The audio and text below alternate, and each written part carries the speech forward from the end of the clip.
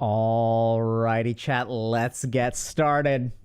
Welcome to another Healthy Gamer GG stream. My name is Alok Kanoja. Just a reminder that although I am a psychiatrist, nothing we discuss on stream today is intended to be taken as medical advice. Everything is for educational or entertainment purposes only. Holds especially true today because we are talking to the one, the only, the Destiny about stimulants, I think. I think he's got some questions about stuff. So we'll kind of hop in with him in a minute. And, I think that what we're going to be talking about today, we'll talk to him a little bit more and just make sure we're all on the same pages. I think there's a lot of information about stimulant use and what to expect and how to think about it. When I teach psychiatry residents and medical students about the subject, which it's been a little while since I've done that. But there's just a lot of consideration. So I think it's totally fine to share, that kind of information, but we will not be dispensing any medical advice. And if y'all have a concern or question and you think that something we're talking about is relevant to you, and hopefully we'll explain this over the course of, our conversation with Destiny, please go see a licensed professional, because it's absolutely true that, as I hopefully will demonstrate, I think it's a very individual choice that depends on what's kind of right for you. And figuring out what's right for you usually involves talking to a medical professional, because they may have all kinds of questions that people don't really think about when they're sort of learning about medication, especially stimulants. So we'll share some of those considerations, but I really think it's important to have some solid back and forth and have someone who knows you well, understands what your goals are, so that you can make the right choice, or they can help you make the right choice for what's good for y'all. Anyway, So a couple of quick announcements before we hop into our call with Destiny. So we're going to be talking, I assume, today about ADHD. So if y'all are interested in more info on that, we have a whole guide to ADHD for people who are interested in more in-depth information. And so if y'all are interested in understanding a little bit more about the clinical perspective, and the guides are sort of designed to be, they kind of mirror what the information that I share with people that I work with. So sort of like what's some of the clinical fundamentals. It's not a substitute for medical treatment, but the guide to ADHD and doing stuff also has a lot of like really strong techniques around helping yourself organize, helping to train your mind to focus and concentrate. So if y'all are interested, check that out. We actually do have some coaching spots available for like the first time in a while. So if y'all are interested in getting support around figuring out, what you're trying to do in life, how to overcome challenges and make progress, definitely check out coaching. I see we have a question. Hey, Dr. K, why do you always take the side of women? You were doing it all day yesterday. I think I take the side of humans. And what I'm curious about is like, if we're saying take the side of women, who's on the opposite side? Right? That's what I'm confused about. So like, who's on the opposite side? So if we take the side of women, who's on the opposite side? Seriously. Like, I'm curious, right? Because like even that statement implies a certain antagonism, right? That there's someone, I think like I'm on the side of humans. And I think when it comes to gender dynamics, like it's complicated. And everyone in this world, every single person in this world suffers for a different reason. And my goal is to try to have compassion for everybody. I'm not saying that I'm going to do it, right? Because I'm human and at some point someone's going to piss me off or I'm going to get offended or triggered or whatever to the point where I'm going to be like, no compassion for you. It'll happen one day. It's happened in the past for sure.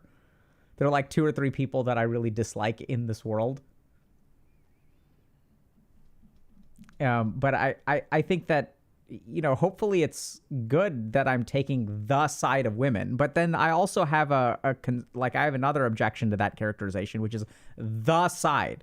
So I don't think women are like a homogenous group. I think it's okay to take the side of some people, but not other women. And it's not like they're all on one team against somebody else on the other team. That's just not how I see it.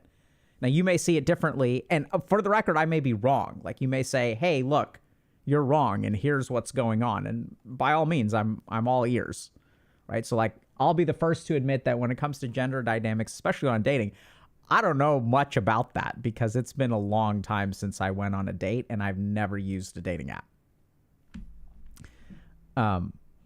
But I appreciate your comment and I tried to address it the best way that I could. And if, y'all have other concerns or objections, please let me know.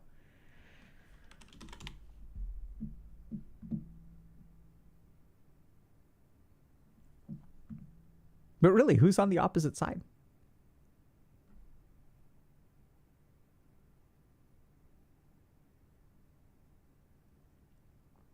That's what I'm wondering about.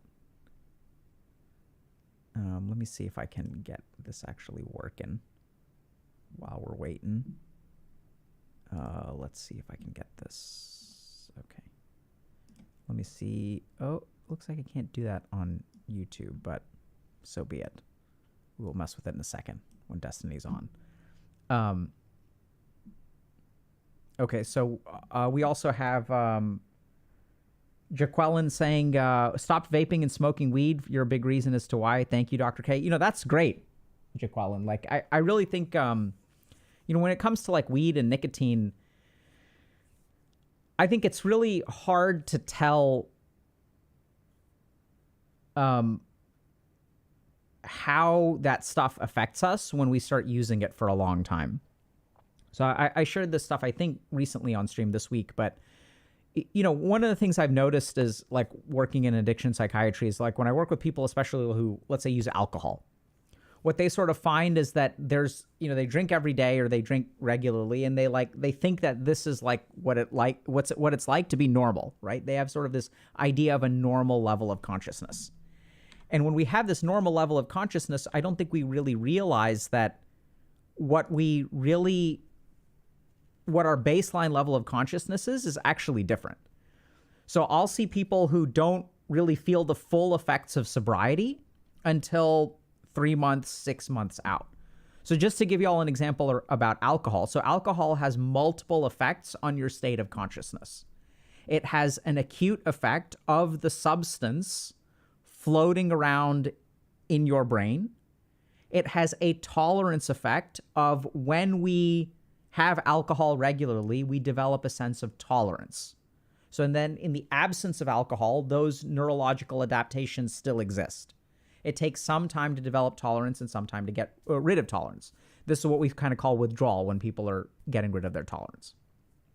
And then there's even more downstream effects that are 3-6 months later, because we know that alcohol is cytotoxic to white matter, which means that it damages the supportive structures in our brain, the supportive cells. And when it does that, that takes time to heal, like months. Yo, dude. Give me just a second. Count to 10 for me. Are you saying, oh shit. Okay, hold on. I wonder if I'm screwed up. Say something again? Okay, I think, is it me? Is it you?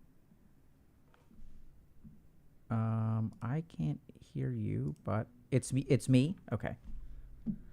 I don't hear, oh, that's interesting. Hold on. We are going to do tech support. Output devices default. So let's check. Okay, this is working. Mic test, soundboard, test video, default. Testing, testing, testing. Testing. Oh yeah, you're right. Hold on. Give me a second. That's so weird.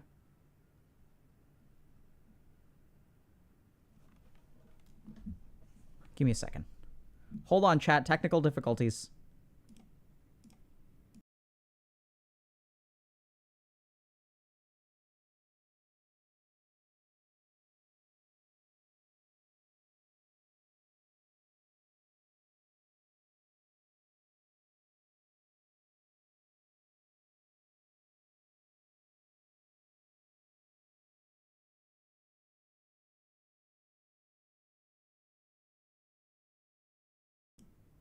Okay, I'm trying to test desktop stuff, but and you're sure it's not you, right?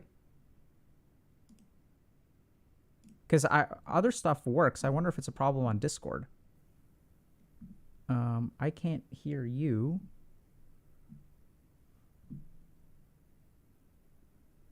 You're pointing down. Default. You want to type? Oh, look at what you're typing. Look at what you're typing. I figured. I gotcha. I gotcha. Okay, it should be coming. Yeah, you're right. So green box is lighting up. You're right. Okay, let's do this, though. But I'm so confused about why... Hold on. Nope.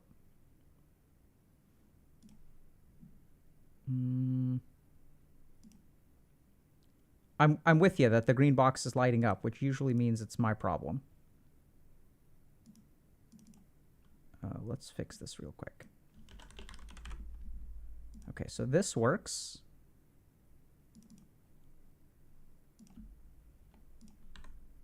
Oh, hold on. All right, good enough. And then I don't know why Discord isn't working. Hold on.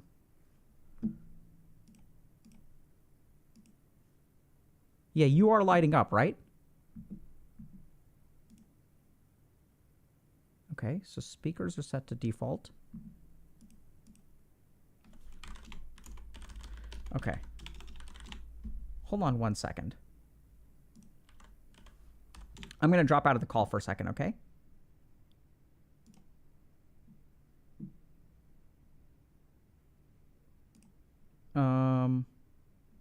Let me see if I can test with somebody else. I don't know why. Give me a second, chat.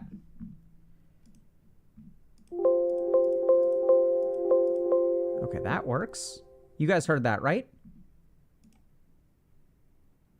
Let me see if there's somebody else I can hop on in with. Nope.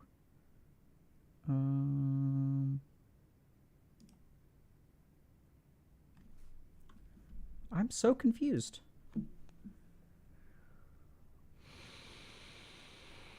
Voice and video. Voice activity. Yeah, y'all are right. I don't hear a... You should hear a little beep when you change your output device, right?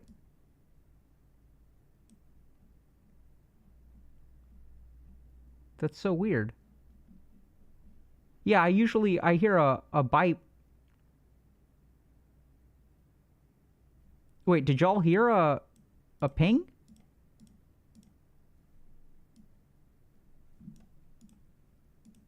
Nope. No ping on desktop audio. So it looks like it's on my end. Testing, testing, testing.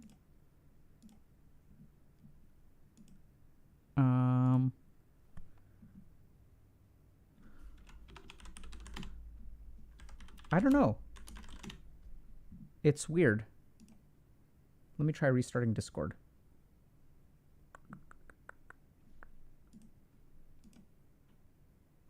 Okay.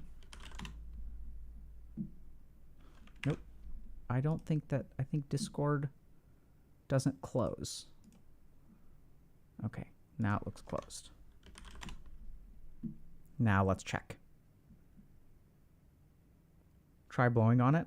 Try different... Yeah, so you know, I have my default Windows audio output, and then I have... Hey, Tech Teller. Yeah, I have a problem with my Discord output. For some reason, it's not working. And I have no idea why, because this was working fine, like, yesterday.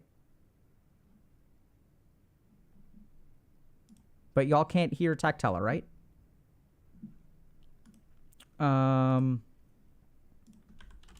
I can't hear you. I can. Okay. I can hear you. Y'all can hear Tech Teller?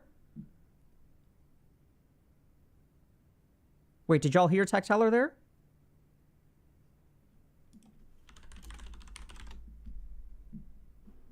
Testing, testing, testing. Okay, I can hear you. Hello, chat.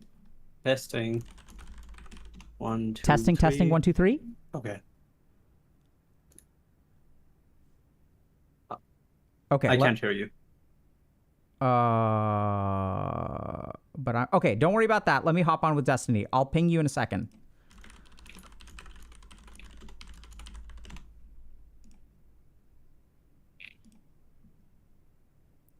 All right, Destiny. Bruh. Please tell me you can hear me. Can you hear me now? Hello. Hello. We got it. Can you hear me? Yeah, can you hear me? Yes. Okay, we're good. Cool. Sorry about that. I have no idea what happened. Well, the only thing that matters is we're here now, so. Yes.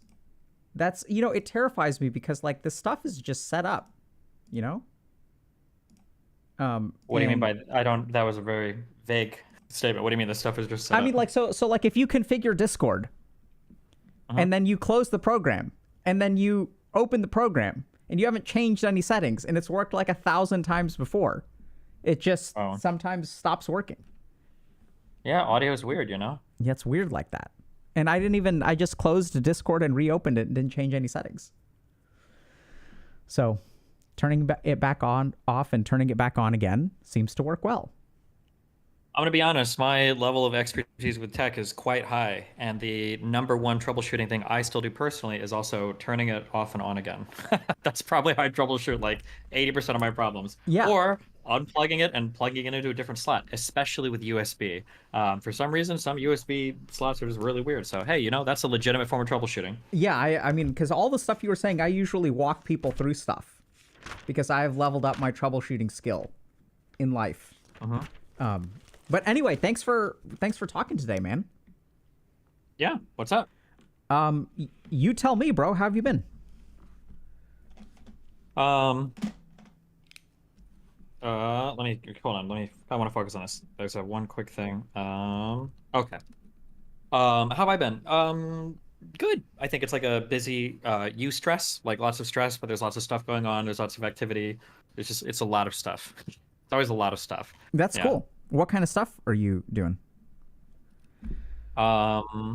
Well, there was an interesting, weird legal situation with my wife where because of how complicated the international taxes are, Sweden thought that they were cooking her books, which is ridiculous. But I came here to Sweden to be with her for her court thing. Seems like it went really well. She finally got her passport back, so that's good. I have a thing going on with my parents where I kind of like made a deal with them that because my mom has Alzheimer's disease and it's starting to advance more noticeably, I made a deal with my dad that as long as they close all of their credit cards and they get rid of all their credit and they freeze their accounts, I'll pay all their debt off so that my dad can retire early. And then that's been a thing I've been kind of working on in the background.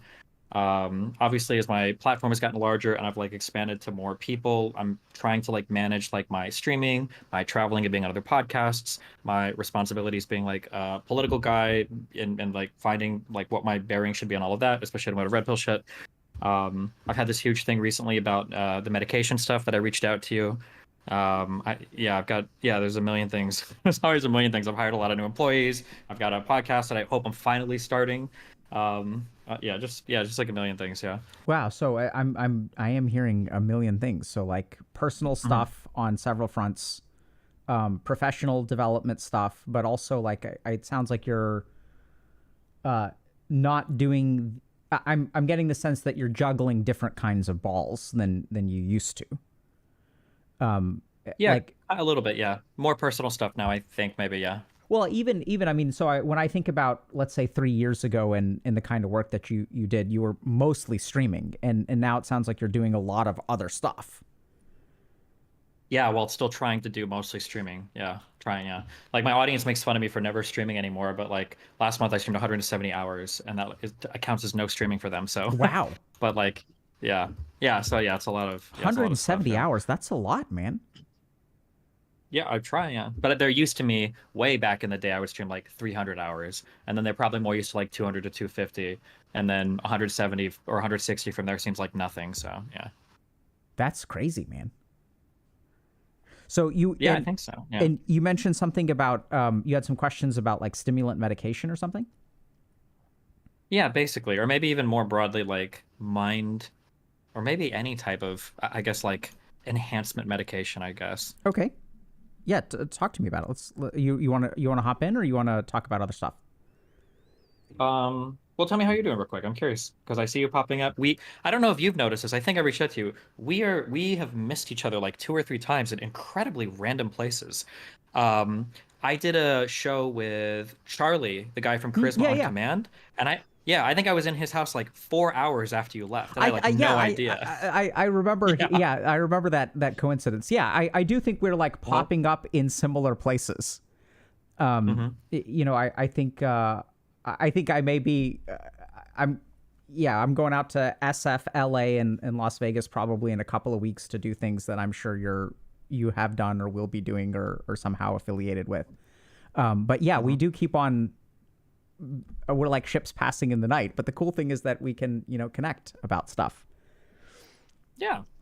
So your stuff is going good. Are you happy with how, I guess, where you guys are with all of your online stuff, with the expansion of your platform and talking to other people, or how's that been? How do you feel like that's been going? Yeah, so I think it's been going well, but also it's like very confusing because I'm not quite sure what direction to go because we've got a lot of different options. And just trying to figure out like what do people need and what's the best way to deliver it. So we recently started a channel for parents. And so like that's something that is a very different demographic, but I was kind of thinking about it like, okay, like where do most of the problems in our community originate from? I think it originates from upbringing. So if you want to have the largest impact on mental health, I think helping people's upbringing and their sort of formative years as humans is probably like the biggest thing that you can do. And I think a lot of the problems that we see today are because the world that parents are growing up in is different, and the parenting skills that they have are no longer sufficient for like the digital age. So we're trying to do something there. We'll see how that goes. But that's not the place that we get the most traction. Yeah. But you know, I think just what you said there. That's so interesting because I grew up as a probably more online than most, but I kind of had a foot in both worlds just because of my age, right? I'm 34. Cell phones didn't really exist until like 2007 with the iPhone. Everything before then was like questionable.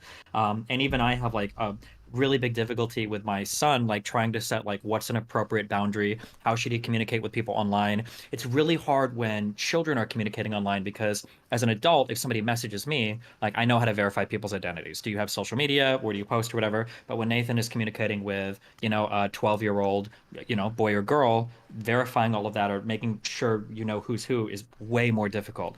And I would expect that me being like the permanently online streamer, like I'll be able to do this no problem, but it's really challenging out there. And I am not envious of the parents that have, you know, almost no tech background trying to sort through, you know, their child being in these new crazy online environments that are so unprecedented. They have no, you know, experience with. Yeah. Yeah, I mean, exactly. So you know, I think that it's just it's getting harder because technology, I think, is becoming more invasive. I think as platforms compete against each other for our attention spans, the one person that definitely ends up losing our attention is ourselves, right? So if like TikTok and YouTube and Twitch, if everyone's competing for us, Instagram, and as they get better at competing against each other, like the one person who loses time is us. And so I think that there's just a lot of work there to be done, and we'll see kind of how that goes. Yeah. Yeah, I agree. Okay. Yeah. Well, So let's talk stimulus. about So what's going on, man? So I'll do from a personal perspective first. And actually, maybe even you can help me sort this like personal thing. I'm curious how you decide this. I have a really hard time in my life sorting out what is like an appropriate like where do you draw lines on a spectrum for some things? So for instance, maybe for a relationship, right? Like the best partner would be a partner that had all the same hobbies, similar communication styles, you know, similar age, similar, like all these things. But in the real world, we kind of have to like make some we make some compromises. You're not gonna have like the most 100% perfect person. Or when it comes to like I think for my free time, sometimes I look at the time that I have and I'm thinking like I always feel like I could be doing so much more. Like I'll wake up and maybe I'm in bed on my phone for 30 minutes. Maybe it's like Reddit or thank God I don't have TikTok. Maybe it's like sitting in my chair and like reading chat instead of like going to the gym immediately. Like I look at all of these little points in the day where I'm losing time. And I know, you know, as like an online person, there's a million other things you can do. What do you think is like at what point do you draw an appropriate boundary where like you should be pushing yourself 100% or 50% or 80%? Do you have any like how would you even go about figuring that out, I guess? Yeah, so go ahead, I'm curious. I would so personally, not personally, but personally and professionally, I think that the premise is flawed. So when you kind of said that there's like this perfect partner who has A, B, C, D, like that's how you find the perfect relationship. I don't think that's actually what constitutes a perfect relationship. So a perfect relationship isn't about finding 100%. It's about the interactions that you have. You don't need the same communication style. You need investment and reciprocity is usually, or some degree of balance, right? Which you could say that's that's what's on the 100%. But I think in order to answer this question of, okay, I could be doing so much more, right? Like that's your question. Like how do you decide how much to push yourself? And how much to kind of, and I would start with like, why do you need to do more? From a socially responsible point of view, I feel like I make a ton of money now and have a ton of influence. And the only reason why I've gotten to where I'm at is because people that had the means to do so invested a lot in society prior to me, whether you're talking about scientific researchers, whether you're talking about really inspirational teachers, whether you're talking about revolutionary fighters, George Washington, whoever, like all of these figures have invested into kind of like mankind because of the unique gifts and talents and opportunities they've had. And I feel like I kind of owe it to pay it forward. So on a societal level, I feel like that obligation exists with everybody to some extent. And then from a personal development level, I just see that like let's say that I spend like an hour on Reddit every day, right? I think I could very easily cut out 30 minutes and like practice guitar. And if I look at where I'm at 1 year, like retrospectively, my life is a million times better. I know that it's like a way better. Like I could probably uninstall Reddit from my phone and my life would probably be better for it. Even if my day-to-day instant dopamine hits aren't there, the fulfillment I'll feel at the end of the year is just going to be better. And I have a hard time not like reductively applying that same thought process to every single area of my life. Like I remember there was one week where, well, it was just now, we'll get into the medication thing when I started stimulants, where I would wake up at like 9 a.m. and like my goal was to be like on the treadmill in the gym at 9:05. Okay. I wanted to wake up, like throw my pants and everything on, grab my phone so that I could check my emails, but I'm only doing that like on the treadmill. And when I started to live days like this, I'm like, holy shit, like I'll have like gym and like 2 errands done by like 11:30 a.m. And I'm like, this is way better.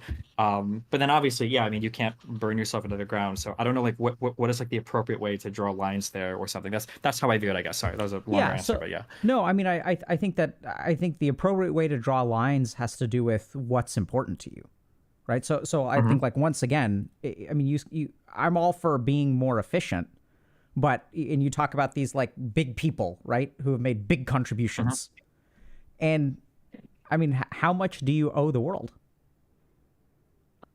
As much as you can give, I would say, I would think so, but Why?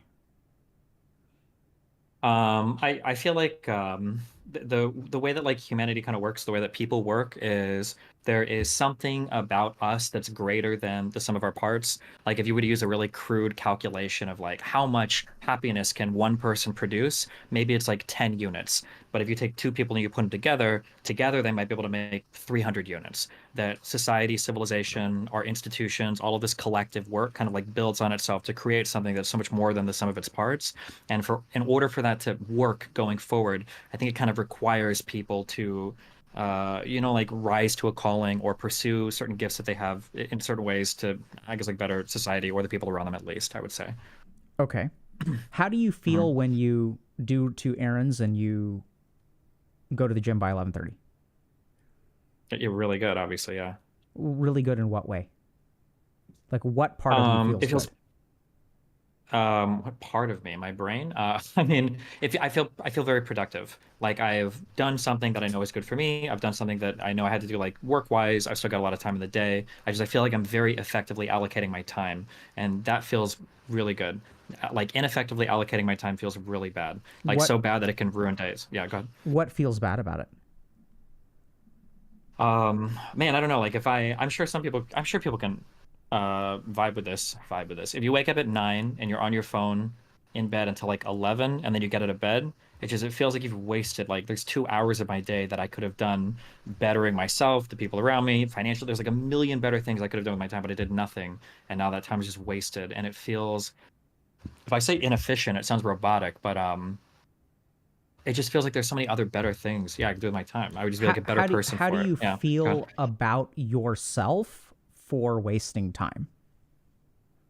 You're bad, stupid, like dumb. Like I know I'm smart enough to know that there's a stupid use of my time is sitting here like on my fucking phone like an idiot. Yeah, that sounds mean. I don't mean it, but like I do feel that way. Yeah. Yeah. What do you think about that? Disappointing, I guess, that I know I can do better. So okay. Here's you wasting time. Okay. Here's you reacting to you wasting time. So this person is disappointed. What do you think about this dyad, this interaction between you and yourself? Like the distance from my cognition to my metacognition, or is that like what do you think about the separation? relationship between your cognition and your metacognition? Because there's a relationship there, right? I mean, sometimes the tether is very short, and sometimes it's very, very far away. This has been something that I've been struggling with that kind of leads us into the I guess like the ADHD and the medication talk. So I've tried stimulants now for about 2 weeks after getting a diagnosis, and I feel like these two things have like become one, basically. What does that mean? Where As in, like, before, I might wake up and it's like I should get out of bed and we'll kind of check Reddit and I see what's going on. It's already 30 minutes, blah, blah, blah. Like, that's kind of like how it's going. I know I should probably get out of bed. Whereas now, like, if I'm throughout the day, if I need to do something, it's like I need to do this, and then I go and I do that because I know I need to do it, and it's like obvious, like I need to do this, let's go do it. Rather than like sitting down, checking my computer, doing a bunch of other random stuff. Like I can think I need to do something and then go do something. So I feel like those two things have shrunk significantly. Okay. But So it Or the seems distance like you between, are further able to meet your goals since Mhm. you've started stimulant medication. Yeah.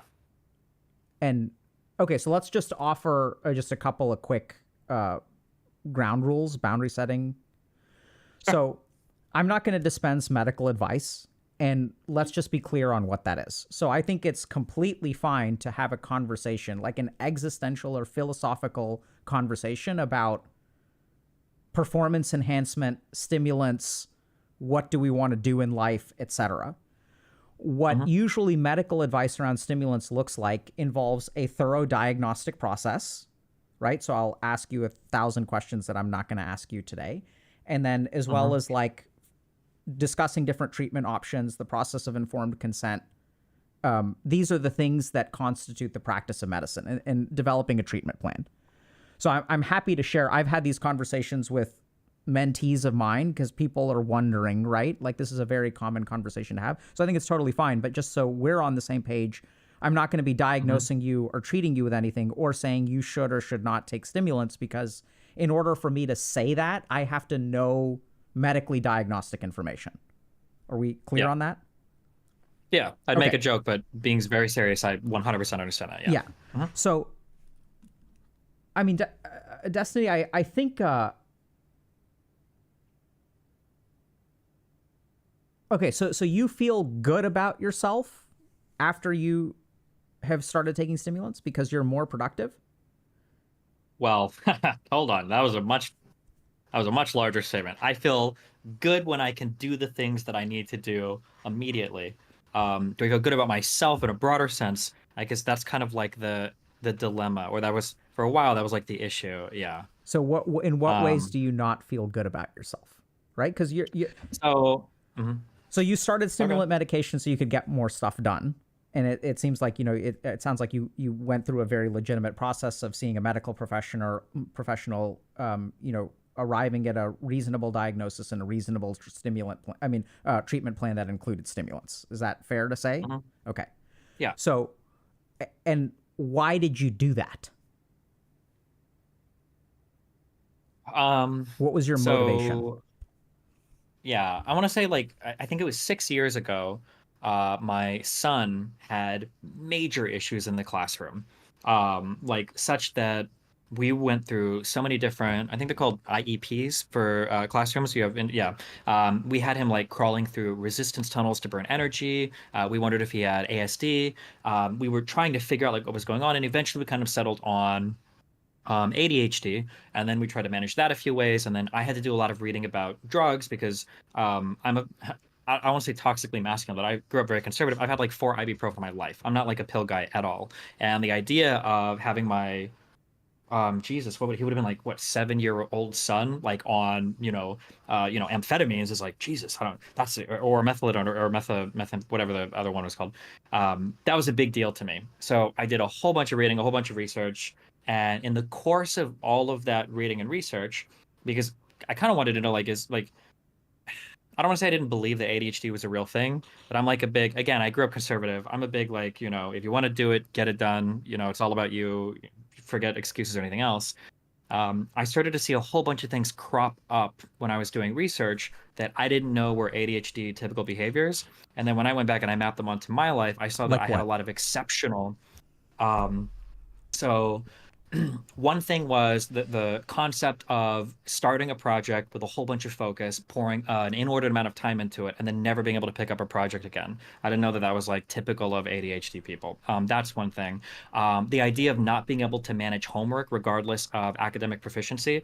For I think 3 or 4 years, I think in grade school, I was the only kid in my class that had to have my assignment notebook signed off on by my teachers and my parents. I couldn't do it. I remember times growing up where I would cry doing homework. I just didn't want to do it. It was so horrible. I remember behaviors relating to, the addictiveness that ADHD people have with regular dopamine scheduled things like video games. Some people call this hyperfocus, but basically, if you can find something with a common reward system, you can do it 16 hours a day, stuff like that. I was a pro StarCraft 2 player. I did that. Yeah, I started to see a bunch of these things crop up, and then and then just the general issue with executive dysfunction. And a lot of these things I didn't really associate with ADHD. I thought ADHD was just like you're hyper and you're running around everywhere, and that wasn't me. I sat at a computer and I played computer games. But fast forward from all of that, I had my son, started the medication. It's been really good for him, thankfully. Now, as my future has continued, there was I would never advocate for anybody to do this ever, and I don't advocate, illegal drugs and blah blah blah. But I had the opportunity to try a stimulant medication from a friend, and they made a joke that like, oh yeah, you're gonna take this, you're gonna be bouncing up and down the walls, it's gonna be crazy, blah blah blah. And I was like, okay, fuck it. And I tried a stimulant medication for the first time in my life. I want to say, I think it was like about a year ago.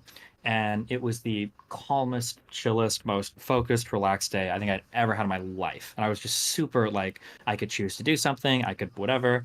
And then fast forward like 7 or 8 months later, I've had a lot of conversations with friends. I finally get a formal diagnosis. And then I'm like, okay, well, let's try medication and let's see how my life changes. And then if this is something I want for the better or not. I guess. Sorry, I was like to try to do the Reader's Digest version of that, but yeah. That was fantastic. Thank you so much for sharing that. Okay. And so what's your hang up? So you started the medication. It sounds like it allows you to do what you set it out to do. So where's the rub? Yeah, I guess the hang up is before I started it. So I got the diagnosis and then I got the prescription, and then for like 7 days, like my issue is always that when it comes to issues of the mind, I'm thinking like, why not just be less of a lazy piece of shit? That's what I feel like. So like when I get out of bed, there's not a guy there that's like punching me to stay in bed and to be lazy. There's not a guy like holding a gun to my head saying, read your fucking phone for 3 hours. Like I can just choose not to do it. And there are days where if I have like exceptional, mental tenacity and exceptional focus, like, fuck it, I am going to do all this shit today. I've done it before, but I don't know why I just can't do it every day. So then it feels at some point like, is this a cop out to be like, I'm neurodivergent, I'm like executively stupid, and I'm gonna take like a fucking pill and I'm gonna pop this and like, oh cool, it fixed all my problems. Like, does that say something, I guess, about my character? Does that, yeah. When you say does that say something about your character, what do you think? I mean, intuitively, yeah. What does it say about your character? That you need some sort of exogenous or external, like physical motivator to do something that you should be able to do on your own. This is something you should be able to motivate yourself for on your own. And the fact that you require something external, especially when it comes to neurotransmitters, is like something is broken with you. And I don't even know if it's broken. It's just something you're not willing to fix or not willing to put the time or effort into fixing. Yeah. Okay. And how do you feel about yourself for not putting in the do you think it's theoretically possible for you to achieve what you want without stimulants? I think so.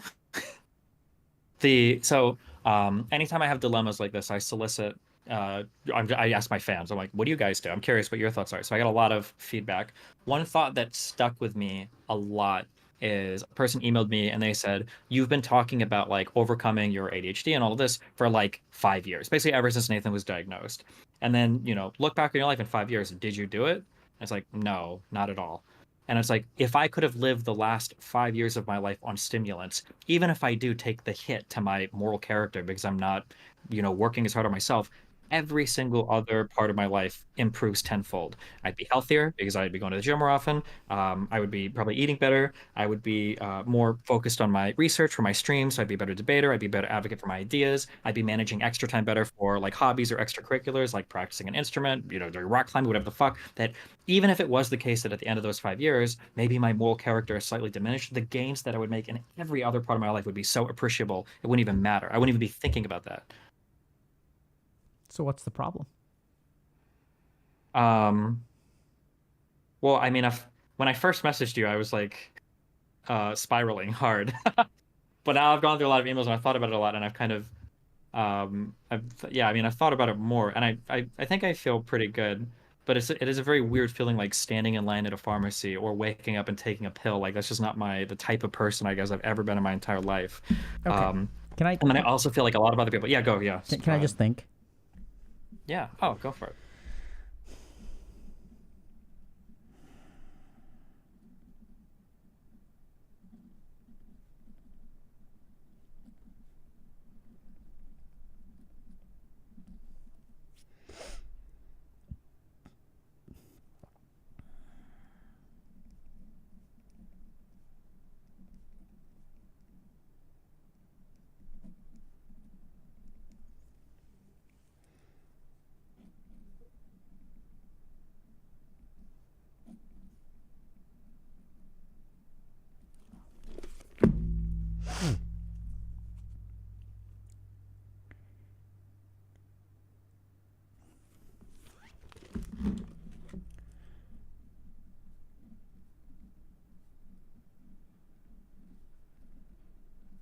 Okay, got a question for you. Mhm. What do you think is, so what I'm hearing is that on paper, stimulants are a good idea for you. Yeah. Yeah. And in actuality, they may be a good idea for you. hmm I'm hearing that you judge yourself quite harshly for needing them, utilizing them, taking the shortcut. hmm Fair? Oh, is it? Yeah. Yes. I don't know. Yeah, that's true. Where do you think is the origin of that judgment? Here's the origin of that judgment.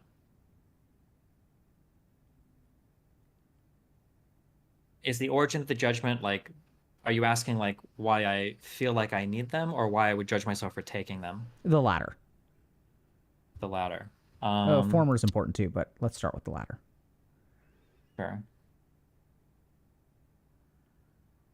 Because I feel like maybe I need to go deeper, you can tell me, but like it feels like I'm shortcutting a process that I should be able to work through.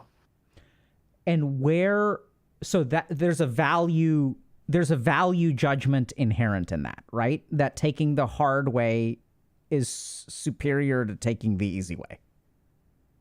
That you should be able to do this. Yeah.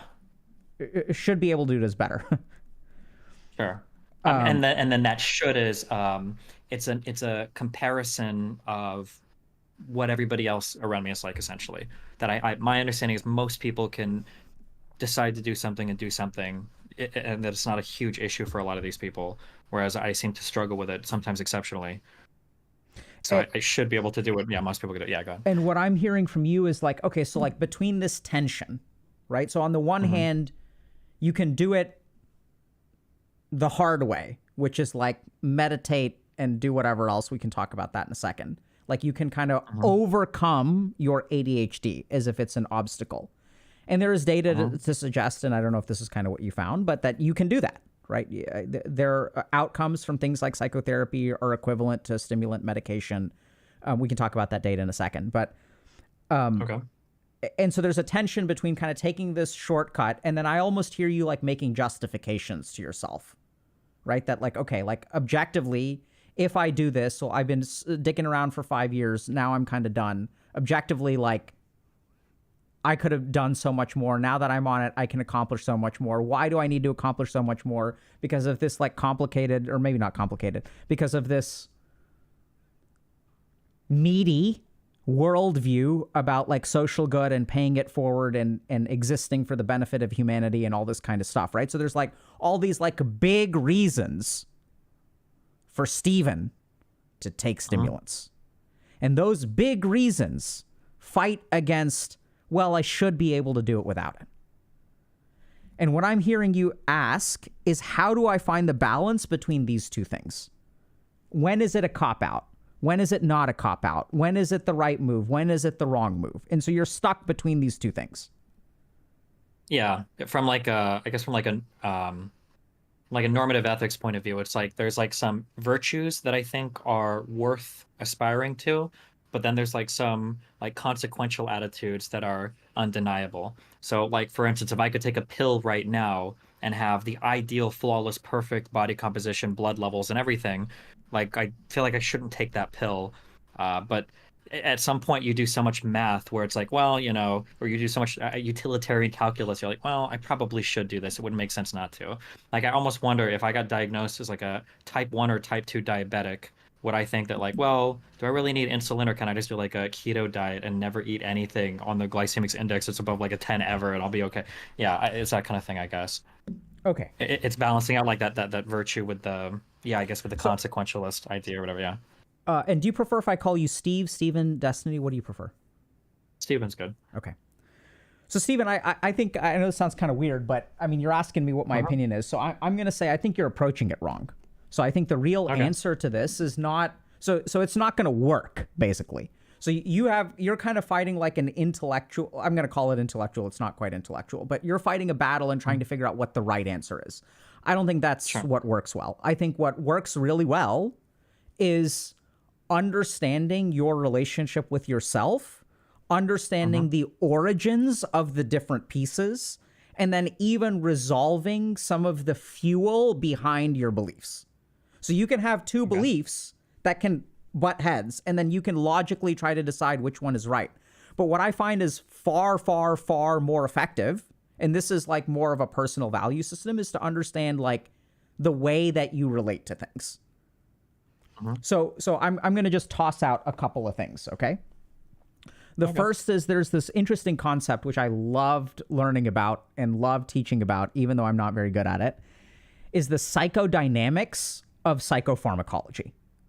So the psychodynamics is kind of like psychodynamic psychotherapy is like sort of based on psychoanalysis. So it kind of has this idea that like we have all these like associations and meanings and interpretations and the way that we relate to different stimuli in our environment. We can dig into that, and there's like a whole way to understand, okay, like my mom didn't hug me, and what does that mean to me, and how does that have a subconscious impact? All that crap that we sort of think of is like Freudian psychoanalysis, all that sort of stuff is like the way that we relate to things.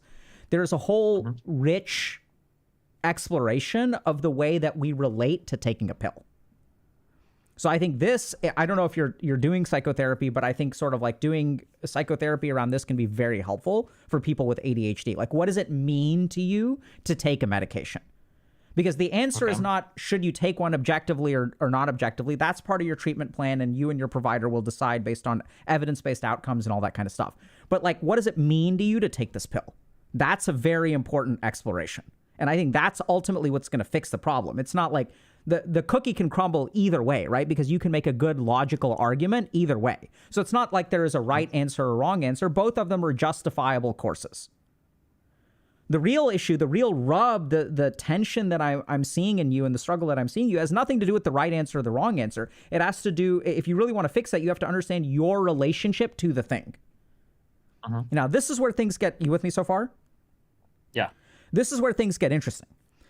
So let's just talk a little bit about outcomes, stimulants, and all that kind of stuff. So it sounds like you did a lot of research on your kid, or not your kid, but kids with ADHD. And what did you discover? Well, now I'm a little bit worried because maybe I was looking at the wrong stuff. For No, you were most of the. Well, I was gonna say for most of the ADHD stuff, I had a really hard time finding meditation or other sorts of interventions in larger studies showing to have positive outcomes similar to medication. The only reason why I finally broke down and got the diagnosis for ADHD is because it felt like stimulant-based medication was like some of the only stuff that showed really good outcomes related to people that were like super big into the ADHD thing. But I might have missed that somehow. Or I might have, yeah. No, okay. We're gonna get into the phrase "broke down" in a second, but so let's just understand a couple things about stimulant medication. Okay, a lot of people don't realize this. So the first thing is that if you give a child a stimulant, it has very, very good outcomes, generally speaking, for adults. So this is what's really kind of confusing. So let's just illustrate with one example. So some people think that since stimulants are abusable, that and we also know that exposing developing brains to substances of abuse will increase the risk of addiction as they develop. So when I have my nucleus accumbens and my dopamine reward circuitry that is developing, and I give it highly dopaminergic stuff, it wires in a different way to where I'm sensitive to substances in the future. So we actually have decent evidence that marijuana is actually a gateway drug. Like that is not... It's not some propaganda or anything. I mean, there may be propaganda around it, but basically we know that if you start using marijuana in your teenage years, you are more likely to develop a neurochemistry that is sensitive to other dopaminergic or addictive substances. So people were worried, right? Because we've got this pile of evidence. And if you give a 7-year-old, oh my God, an amphetamine that is dopaminergic, will it increase his risk of addiction? The answer is almost certainly not. And this confuses the hell out of all kinds of people because we were like, wait a second, because this stuff is highly dopaminergic. What we actually find is when you give a child with ADHD a stimulant, their risk of addiction goes down over the course of their life. Now that's really because of a change of behavior, or? Great question. So the answer is complicated. The first thing is to understand what a stimulant does. Okay. So a stimulant medication works on the frontal lobes of our brain. So the part of our brain that it actually stimulates is the brakes. So the ability of our brain to restrain other parts of our brain. So if we look at what predisposes people to addiction, it's things like emotional dysregulation, impulsivity. These are both big risk factors for addiction. So when you strengthen the brain and you are no longer as impulsive and you can regulate your emotions, you become less vulnerable to the benefit of substances. Does that make sense? Yeah, this was in a kind of a roundabout way. For some of the, I'll stay on this topic in particular. One of the emails that I got was, it was an interesting question of like, what do you think damages your brain more in the long run? Having these, amphetamines that are causing these dopaminergic effects in your brain. Wait, say that word again? Dopaminergic. Dopaminergic effects in your brain. Do you think that hurts your brain more than playing video games and watching porn for 18 hours a day for years and years and years? And if one amphetamine can help you not engage in all of that other horrible behavior, it might be the case that your brain putting the brakes on some forms of like dopamine seeking behavior is actually more beneficial in the long run for addictive behavior than which seems paradoxical, but yeah. Yeah. So I think the spirit is spot on, but I think there are a couple of important nuances. Specifically, with the general principle is true, and that'll apply to everything else I'm about to say. But specifically with the case of stimulants, there are some parts of our brain that are vulnerable to addiction, and what the stimulant medication does is buffer those parts of the brain. Right. So like, and this is what, and now we get to so the first thing is that. It's interesting because basically several studies have shown that there is certainly not a increased risk of addiction with stimulants. The jury's still out on whether there is a no risk or it's like neutral or it's beneficial. And there's complicated things that get into that, which we're going to get into in a second. But the key thing to understand is that's number one. Here's the other big thing about stimulant medication in kids. Now, I think, so this is going to sound kind of weird, I think that stimulant medication for kids is not neurodevelopmentally good or healthy, okay? It's going to sound kind of weird.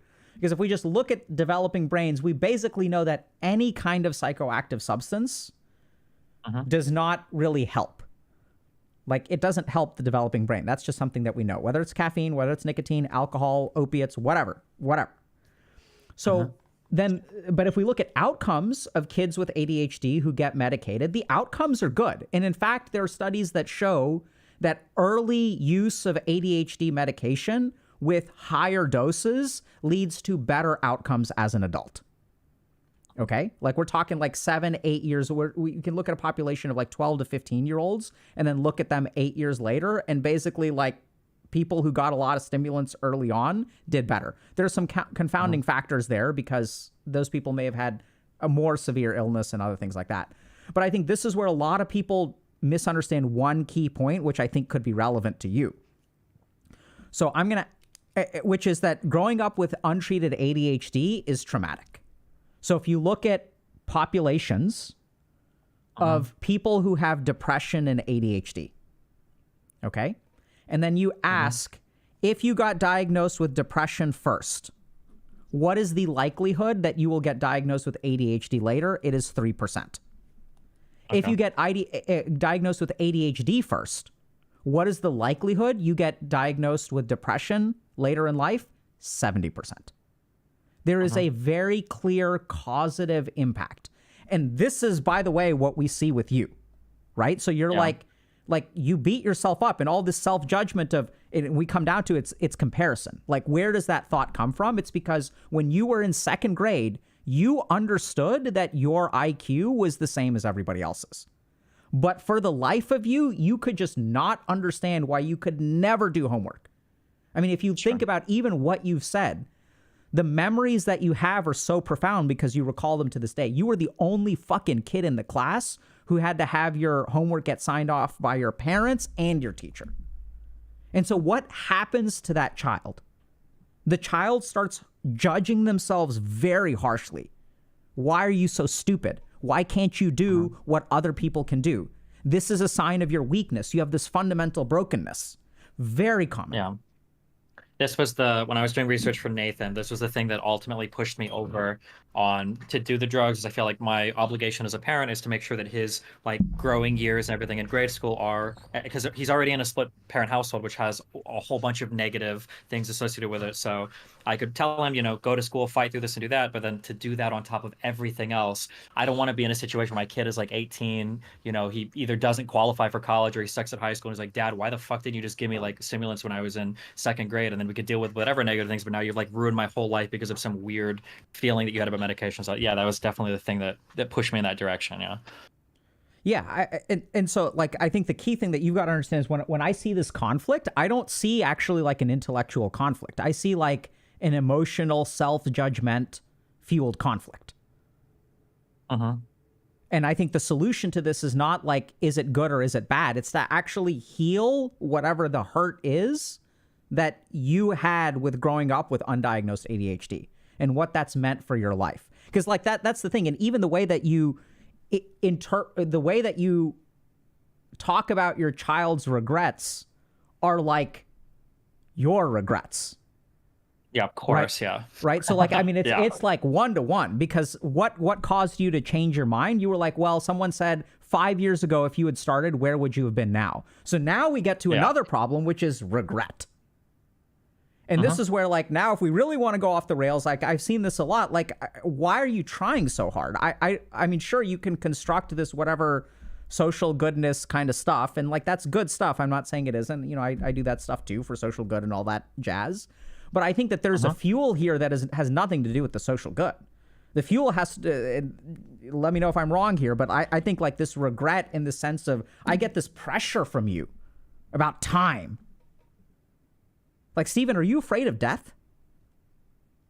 I mean, sometimes when I'm driving, but no, I don't think, not in general. No, I don't think so. Do you feel like you've regretted or wasted a part of your life? I think I'm trying to think. Usually what I'll do, just as a quick thing, I'll have like a feeling and then I try to intellectualize it, and then I try to slowly, if I can think about a thing a little bit differently, the feeling changes over time, essentially, like a bastardized version of CBT, I guess. But the way that I try to view my life is, as long as I feel like I'm on a good road and I feel like I'm happy with myself right now and the road that I'm heading on, I try to view my life as having no regrets, because any particular bad thing that might have happened might have been a contributing factor to who I am now. So I view it all like pretty favorably. So I might have had like things that were, I'll say, suboptimal, relating to upbringing or earlier in my life, but like I view it as all kind of like, these are all part of the stepping stones to who I am now and where I'm going. And I feel really good about those two things, who I am and where I'm going. So yeah. So that is both really good and really problematic. Okay. So I think it's very, very adaptive, and it's exactly what you should be doing, right? You've positively, cognitively reframed and all that stuff. You've bastardized internal version of CBT, call it whatever you want to. But you're essentially taking your intellect and you're molding your emotions with it.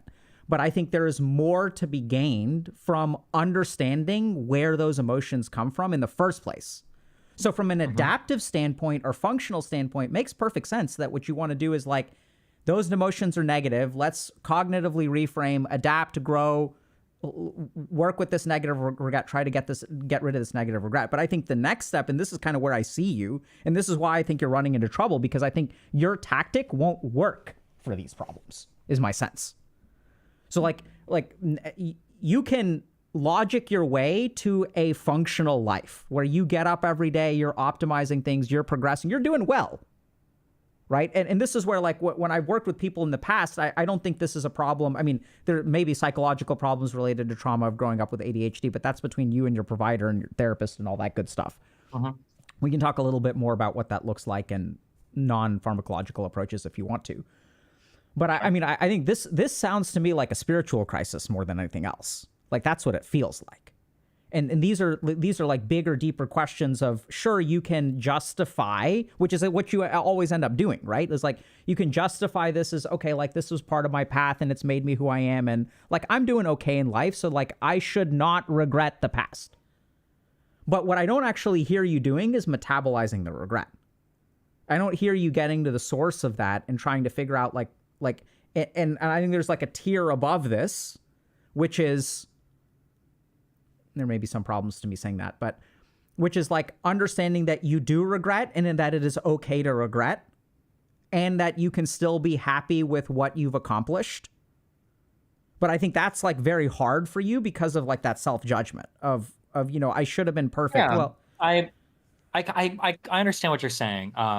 The spiritual crisis was definitely like probably a year and a half ago, I think, is when I was trying to think of like, do I want to just sit online and kind of, move sideways, do decently, or do I want to be more aggressive with my career? And then that's when I kind of thought more about like obligations to society and all of that. And I feel like, I'll say that was spiritually solved, but obviously there's still other issues that I'm trying to figure out, like medication, right? And that was why in the past year and a half of my career, I've been way more aggressive in terms of doing other things. I do agree with you about what you're saying. You call it metabolizing your regret, but I'm trying to say in other words what you're saying so we can make sure I understand. I think there's a negative thing that people will do where, say you have an abusive parent, where somebody will say something like, actually that abuse was good for me and my life is so much better because of it. And in a way that might be better than walking through life being completely traumatized by it. But like the next level would be saying, well, actually that abuse was really bad for me, but I understand that, I've made peace with it, and then I've overcome it and I'm moving in a forward direction. I feel like for the most part, like there are definitely things in my life when I say I have no regret, I guess we could dig a little bit more meatier into that.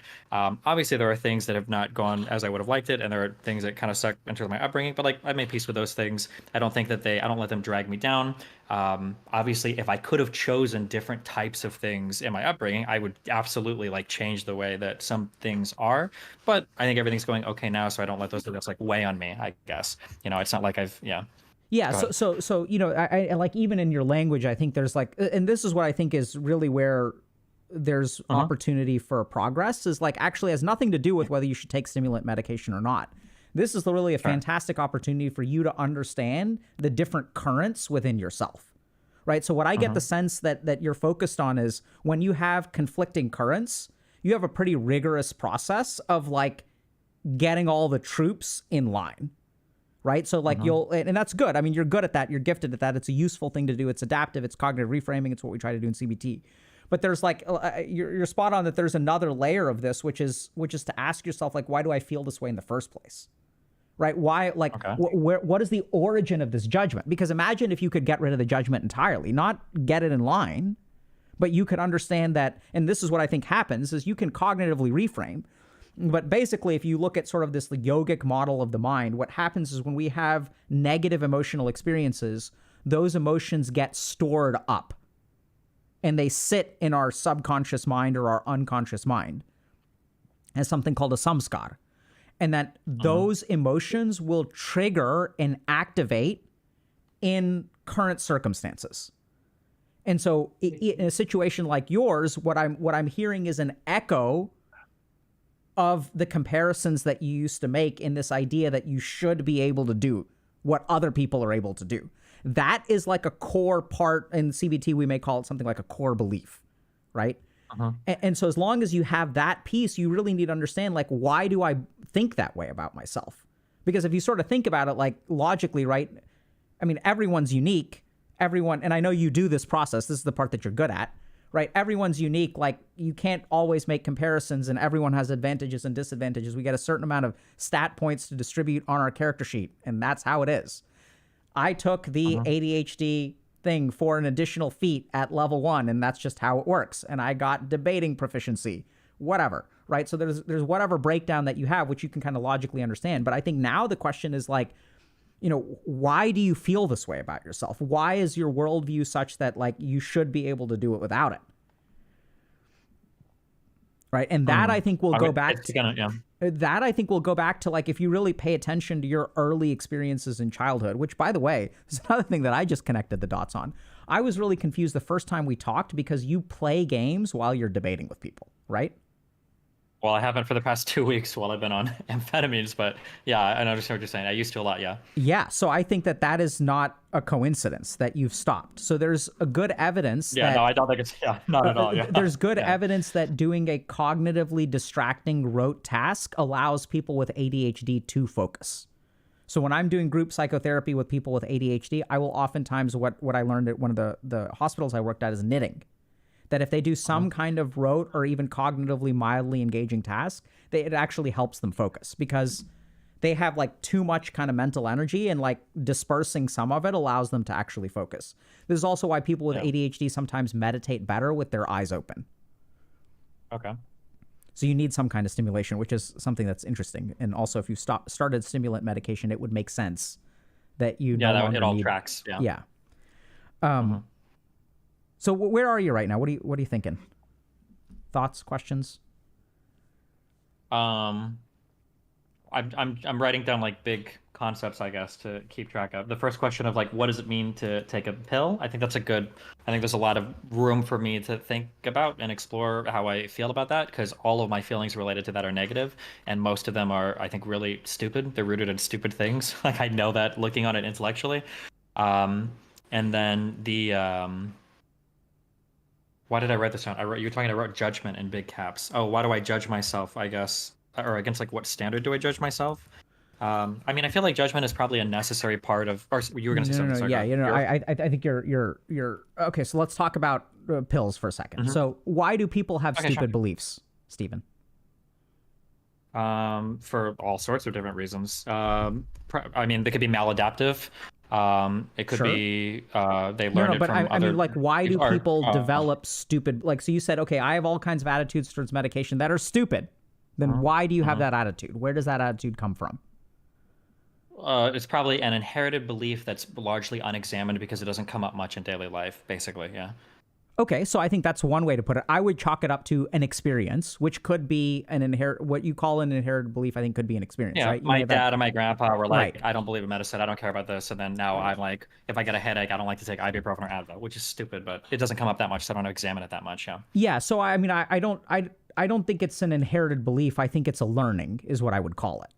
So even sure. When I say inherited, I mean like you learn it, but you're right. Yeah, right. Learn right. So you had some experience early on in life where like maybe you were sick and like the doctor recommended that you take ibuprofen and you were really hurting, and you were like, "Dad, should I take the ibuprofen?" And he's like, "Ibuprofen is for sissies.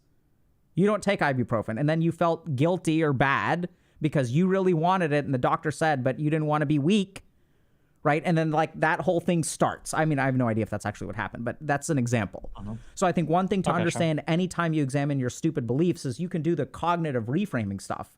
But I have found it to be very, very helpful to understand the origins of your experience and why that became a truth for you and how that became a truth for you. Because at some point it was learned. That's why you believe it. Right. Second thing about judgment is I think exploring the origins of your self-judgment are very important.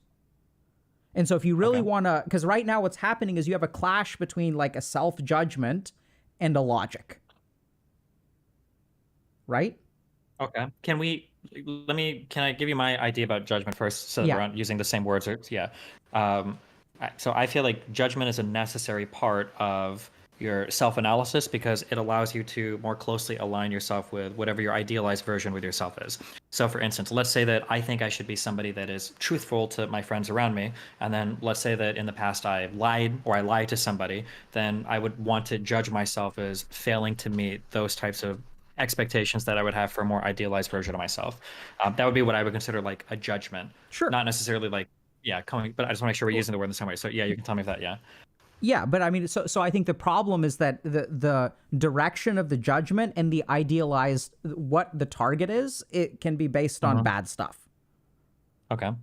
Right? So you're right that judgment is a self-correcting. We have this part of our brain that does something called counterfactual thinking, which is, and it's kind of a weird term, but when we make a mistake, there is a factual representation of what happened.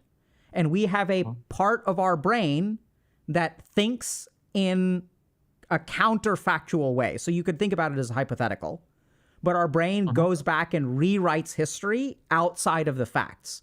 And that is one of the ways that we learn from our mistakes and correct our behavior. So you're right that I think judgment is, it's a judgment that you place that has the direction towards an idealized self. But the problem is that that idealized self and that judgment can come from unhealthy places to begin with.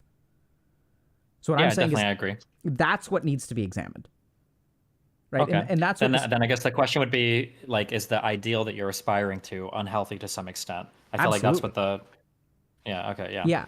Yeah. Then we get to the big problem of like, I think like, so I think you've come up with a very intellectually sound, dharmic, ethical, utilitarian approach to what you want to do with your life. But that's all coming from up here. And what I'm really hearing you need to do is integrate that with like the other parts of your mind. Yeah, of course.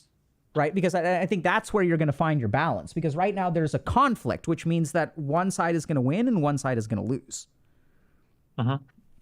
Or, well, ideally, one side is integrated into the other. If you run into a huge incongruence with the mind and the feeling, at some point you have to examine why and then bring one of them into alignment with the other at some point, right?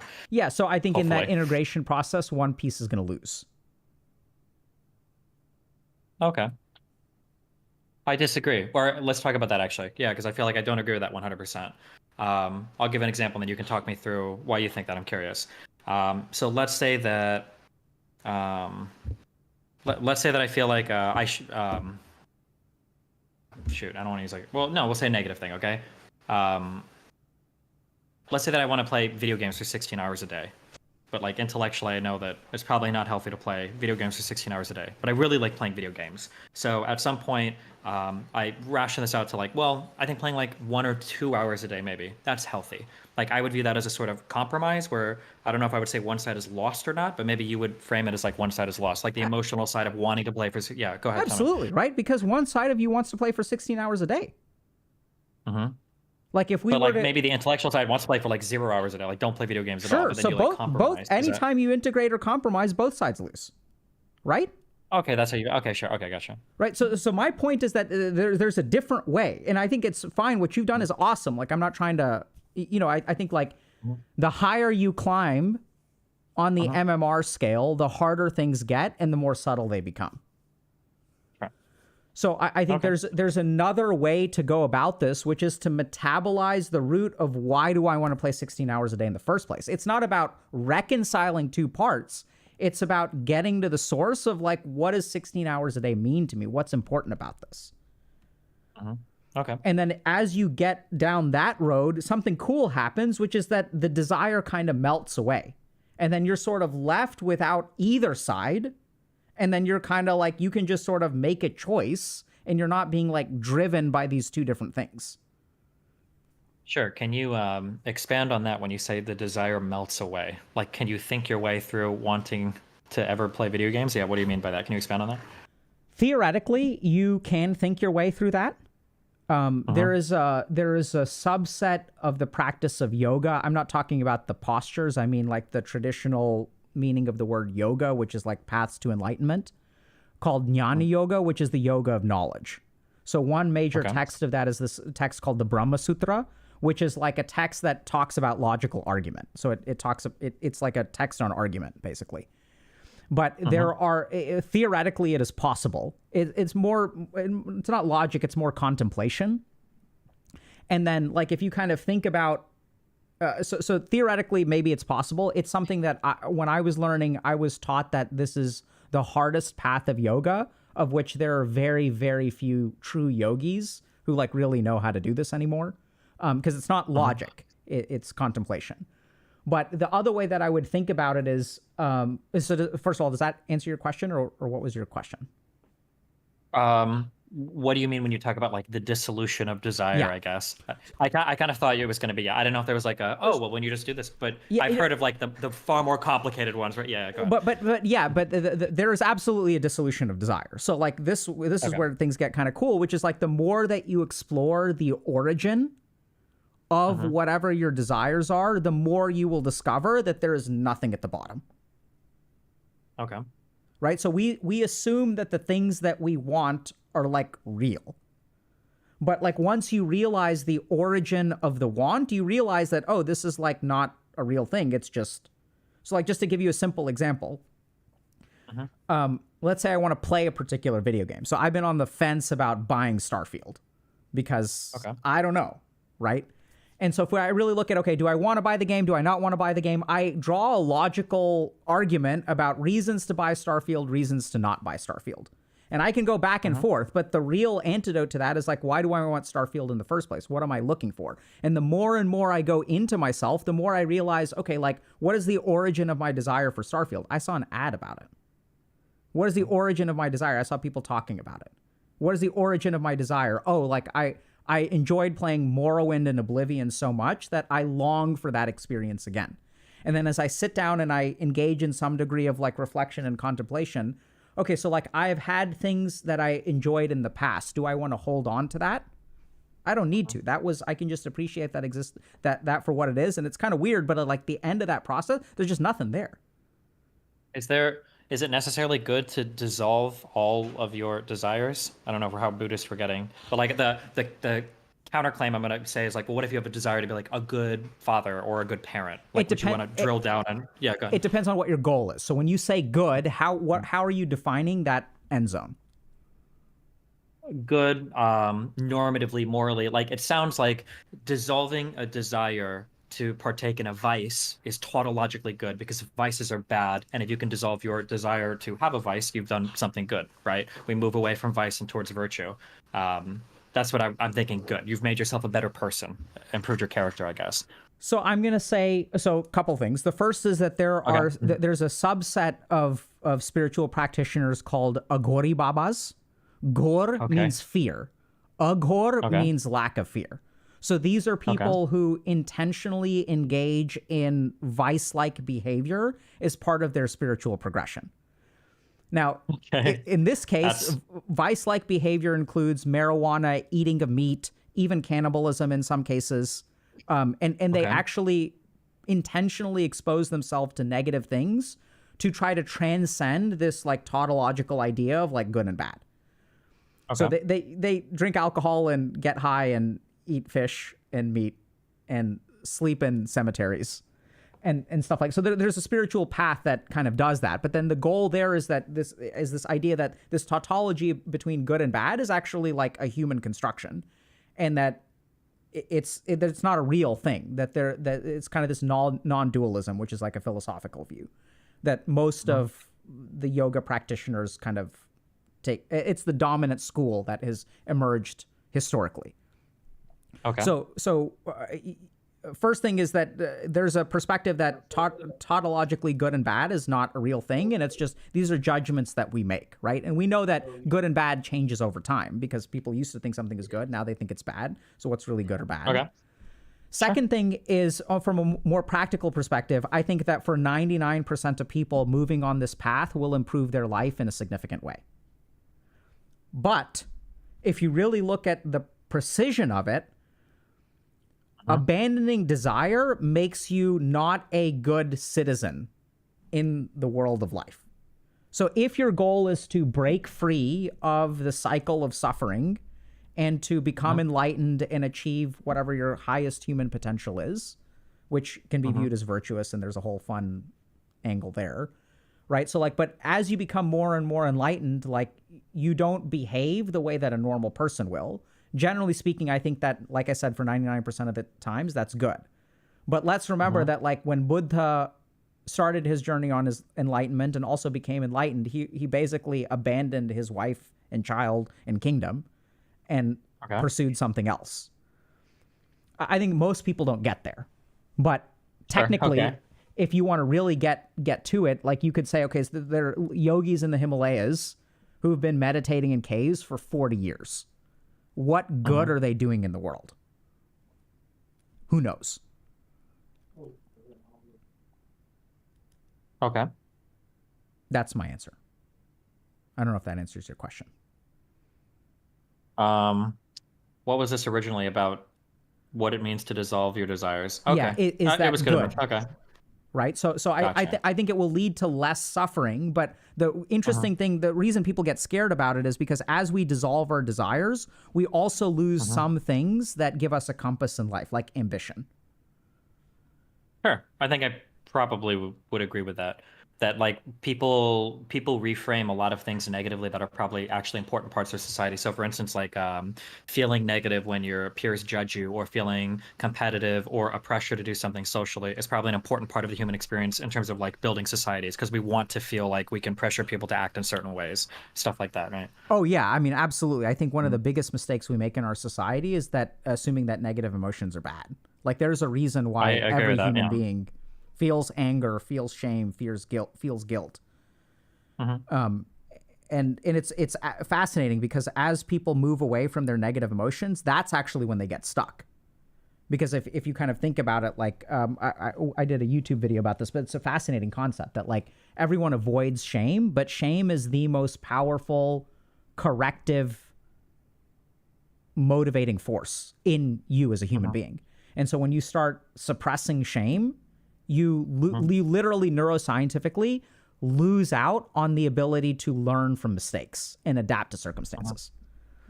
Yeah, I agree. There's a quote that I had when I was a StarCraft 2 player 13 years ago, but the quote was like, to achieve perfection is to sacrifice growth. And the idea is that like if you don't feel an impetus to change or to improve or do something, then you've essentially like cut yourself off from any motivating forces to actually change or be better. So yeah, I think I would agree with that. So the interesting thing is that as you dissolve more desires, you become more free and you can end up choosing to act compassionately, which is usually what happens. That's good. So I think getting rid of ambition is only scary until you discover that there are other compasses, and most people want the compass instead of ambition because ambition is like relentless and it kind of drives you as opposed to you controlling it. And the freedom, No, God. the freedom to choose is liberating. And oftentimes when people are truly free to choose, they make the right choices. Okay.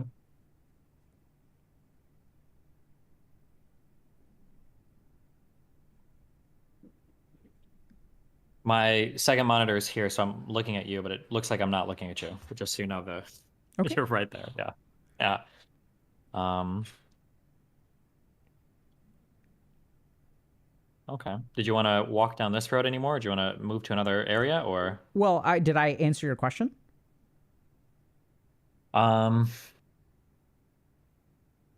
Something that would. This is very difficult for me. I think something that would help push me along a little bit. It's very hard for me to find role models since my job and everything I do is like so unique. It's really hard to find people in the world that I would go like, oh, this guy's doing something. I want to be more like him. I think that when you give me this kind of overarching like dissolution of desires, the freedom to choose better paths, oftentimes the path that you choose post dissolution will be better than the more hardline road you run prior to that. It would be interesting if there were people that I could look at that were achieving or accomplishing in my arena those types of things that had made those decisions. Does that make sense? So, for instance, something you're telling me is the ambition driver, the ambition engine might feel good because it pushes and pushes and pushes, but that if you could dissolve everything underneath that and then make other choices, it might be better. But I mean, obviously, intellectually and emotionally, I'm very tied to that ambition engine, and it's hard for me to. I'm hearing what you're saying, but there's a lot of disbelief without me being able to find somebody in the world and go like, oh, that person did that. And I see they're doing, like, I aspire to that. I want to aspire to that. So it would push me in that direction. Does that make sense what I'm saying? Yeah. Well, but so do you, I'm getting kind of this tacit idea that I need someone to not need, but if I set a role model for myself, it helps motivate my behavior. It could, or like if there's a particular habit that's good, I like to see the proof of concept of that, I guess.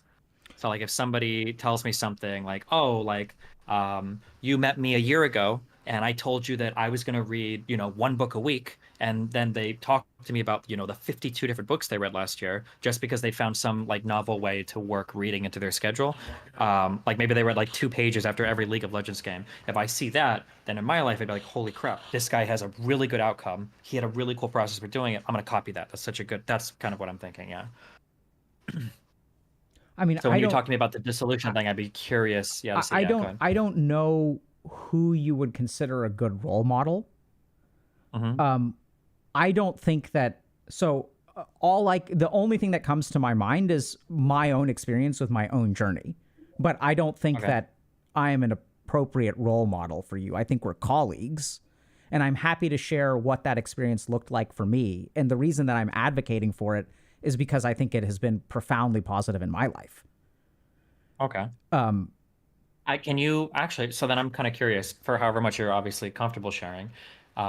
You have, from everything that I've seen, you've got an awesome family, you've got an awesome like company, and you do really cool stuff online. How do you balance out, how do you balance it? What's the emotional decision? Somebody comes to you with an offer or an ability to expand your business, twofold. You've got an opportunity to do this, but it might come at like significant cost to your family. What does the process look like for you? How do you even begin to have that internal dialogue? Yeah. What is that? So I can share my own experience. To begin with, like I wanted to be big when I was growing up. Like I wanted to be an important person. I grew up Indian. An Indian diaspora in the United States means that you've got a couple of career choices. There's a very strong founder effect. So there's like serious brain drain.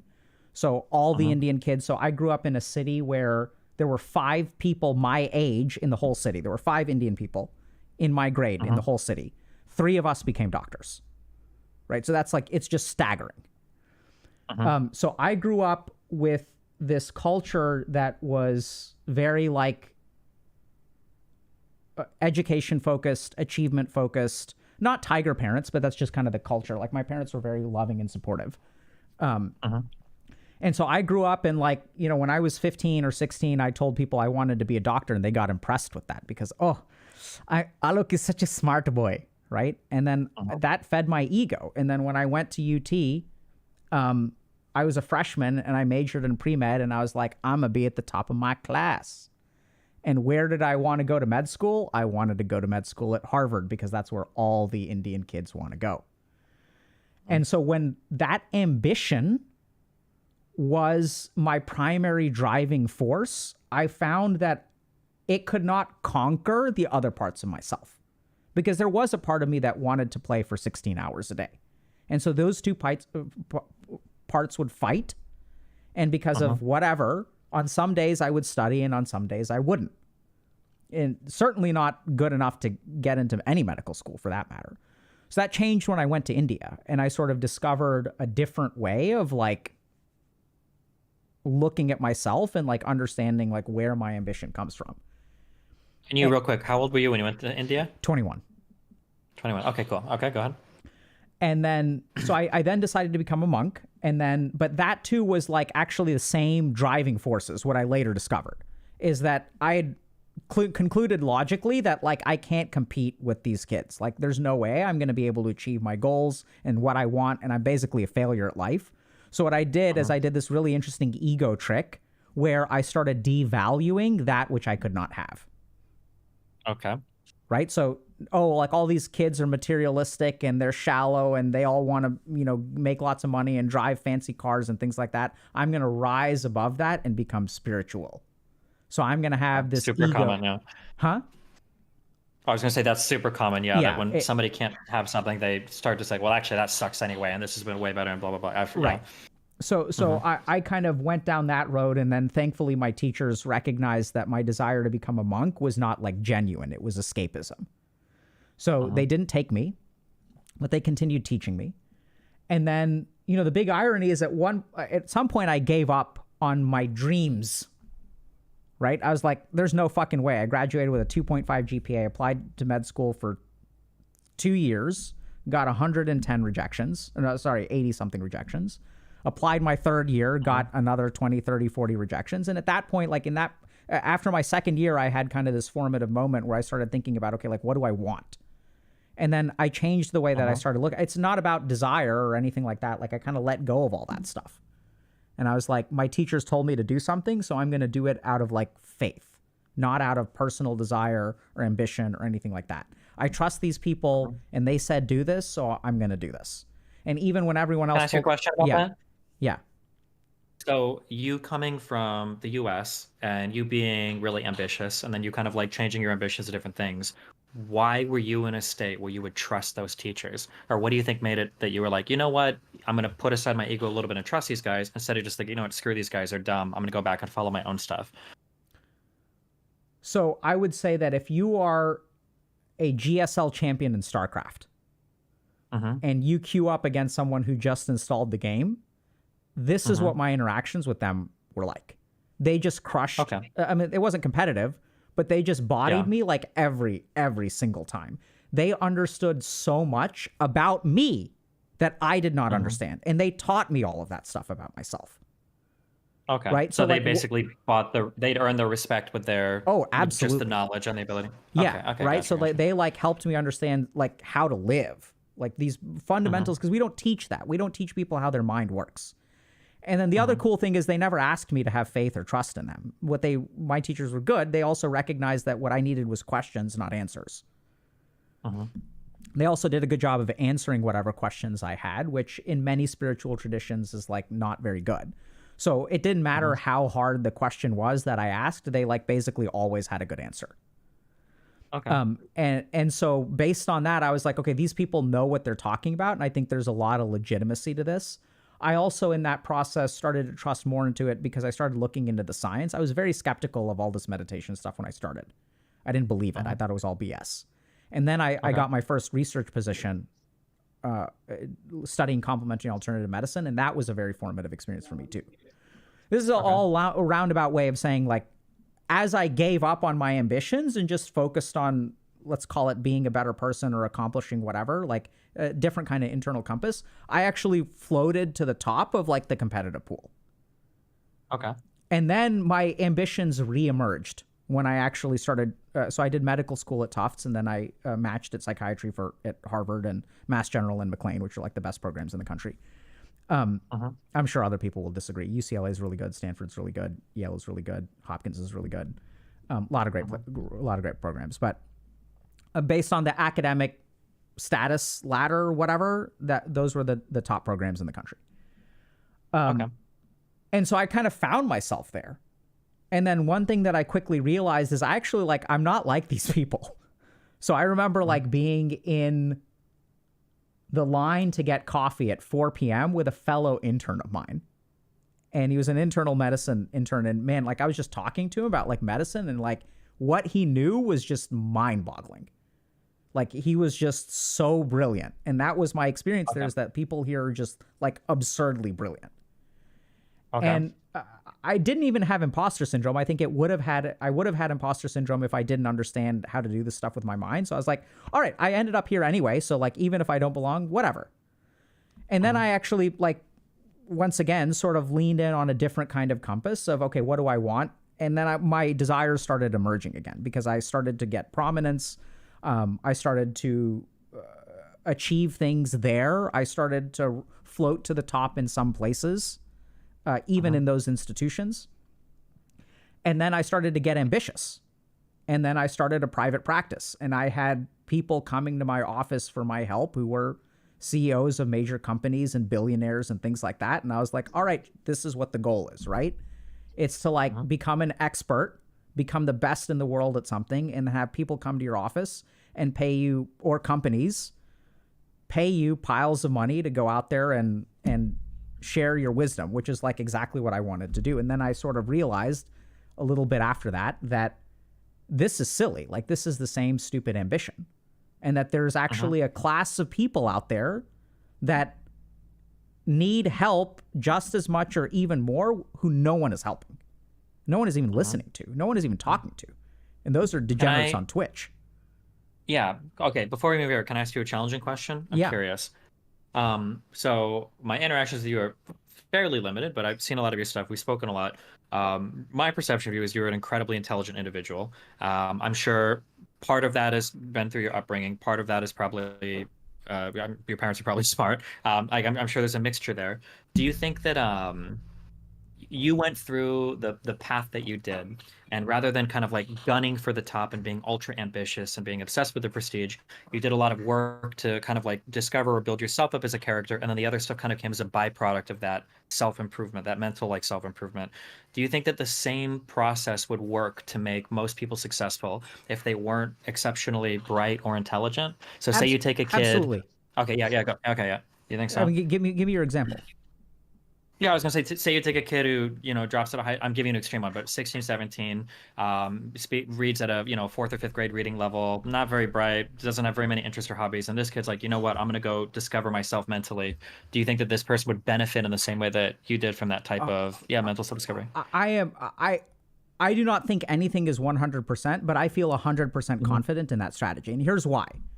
So what do you think I gained in that process? So if I have a character sheet, what do you think that got me? Do you think it got me XP? Do you think it got me skill proficiencies? Like, how do you conceptualize what I went through? Because you're saying, like, what I'm hearing you say is like, okay, is it predicated on your inborn talent? We'll get to that in a second. That's kind of what I'm hearing your question is. A little bit, yeah. The way that I would frame it is, or the way that I would see it is, we kind of, I think as we grow up in a society, you've been like to bumper bowling, I imagine, right? What? Does that make, do you know what bumper bowling is? Never mind. I'm so sorry. But like a lot of people have kind of like different rails or different restrictions on them. It's where you go bowling, but instead of gutters, they've got bumpers there for like 4-year-olds, so you can't go in the gutter basically. Yeah, not relevant. But that you grow up, you've got a lot of restrictions. You've got to kind of, you get a lot of thought patterns from society. You get a lot of like direction from people around you, and I guess going to a different environment with these guys allowed you to kind of like shed a lot of those societal expectations, a lot of those dispositions you had, and just let you really explore and build and work on yourself. And then once you kind of like fully fleshed out and understanding yourself, you're able to re-engage with society and then explore those things. Yeah, that would be, Perfect, right? So now my question to you is, so like we all go through life with the instrument of our body, our mind, and I'm going to toss this word out there because I think it's complete, and we can talk about this if you want to, and our soul. Okay? Okay. So we go through the world always with us. Like you're like when you're playing a first person game here, and you can't ever zoom out of it. Like you're you. And so what I learned in India, and why I think it doesn't matter what your IQ is, and I've got evidence of sorts, but we'll talk about that in a second. Is that all I learned was how I work. So it's like, if you don't know how a keyboard works, how effective are you going to be at typing? If you are blind to a keyboard, if you are numb to your internal environment. And there are studies that show that there's 6 or 7 neuroscientific deficits that lead to addiction. And one of them is a lack of awareness of your internal environment. And what this clinically looks like is someone will say, I don't know what happened. I slipped up. No, there's a whole series of subconscious stressors, pressures, willpower degradation, lack of sleep. There's 1,000 things that are going on, which is responsible for your behavior on this particular day. We're just blind to it. Sure. So I think that, anytime we're numb or blind to, and think about this for a second. If I am numb or blind to the driving forces, which doesn't mean they stop driving, it just means I'm not aware of them. Yeah. Right? And then what happens is actually exactly what you did with this conversation, which is I have this conflict between these two things, and I'm not trying to shit on you here, but it's a great example. I have a conflict between these two things, and what is the logical answer? But the real answer that I'm offering, because this is my perspective, it's my bias, it's my experience, is that if you understand the origin of those two perspectives, it's not about which one is right, it's about where does this come from? And that has very real utility. And this is where, if you want to talk about evidence, so like from an anecdotal perspective, this is what I advocate for people like my patients and my clients and things like that. It's what I advocate to my kids. And I think that those people tend to be pretty happy. They tend to have good outcomes. Sometimes those outcomes are scary, like makes me wonder whether I'm making a mistake, and I've sought supervision around that. So for example, like 30% of people who come into my office within 12 to 18 months will change their job. And so I started getting scared about Like, am I biasing these people and pushing these people to make a change? Because that shouldn't be happening. And then what I sort of ended up concluding is that as we start this process, what people realize is that they start shedding their conditioning or their socialization or living a life of shoulds and start gravitating towards what they want. They start changing their jobs. And they tend to be like predominantly happy after that process, and oftentimes paradoxically even more successful. Okay. And then there's also, I mean, if you look at, now we can talk about real evidence because my anecdotal experience ain't worth much, honestly, if we look at it scientifically. If we look at real evidence, we can look at studies on mindfulness, on meditation, on developing narrative, on healing trauma.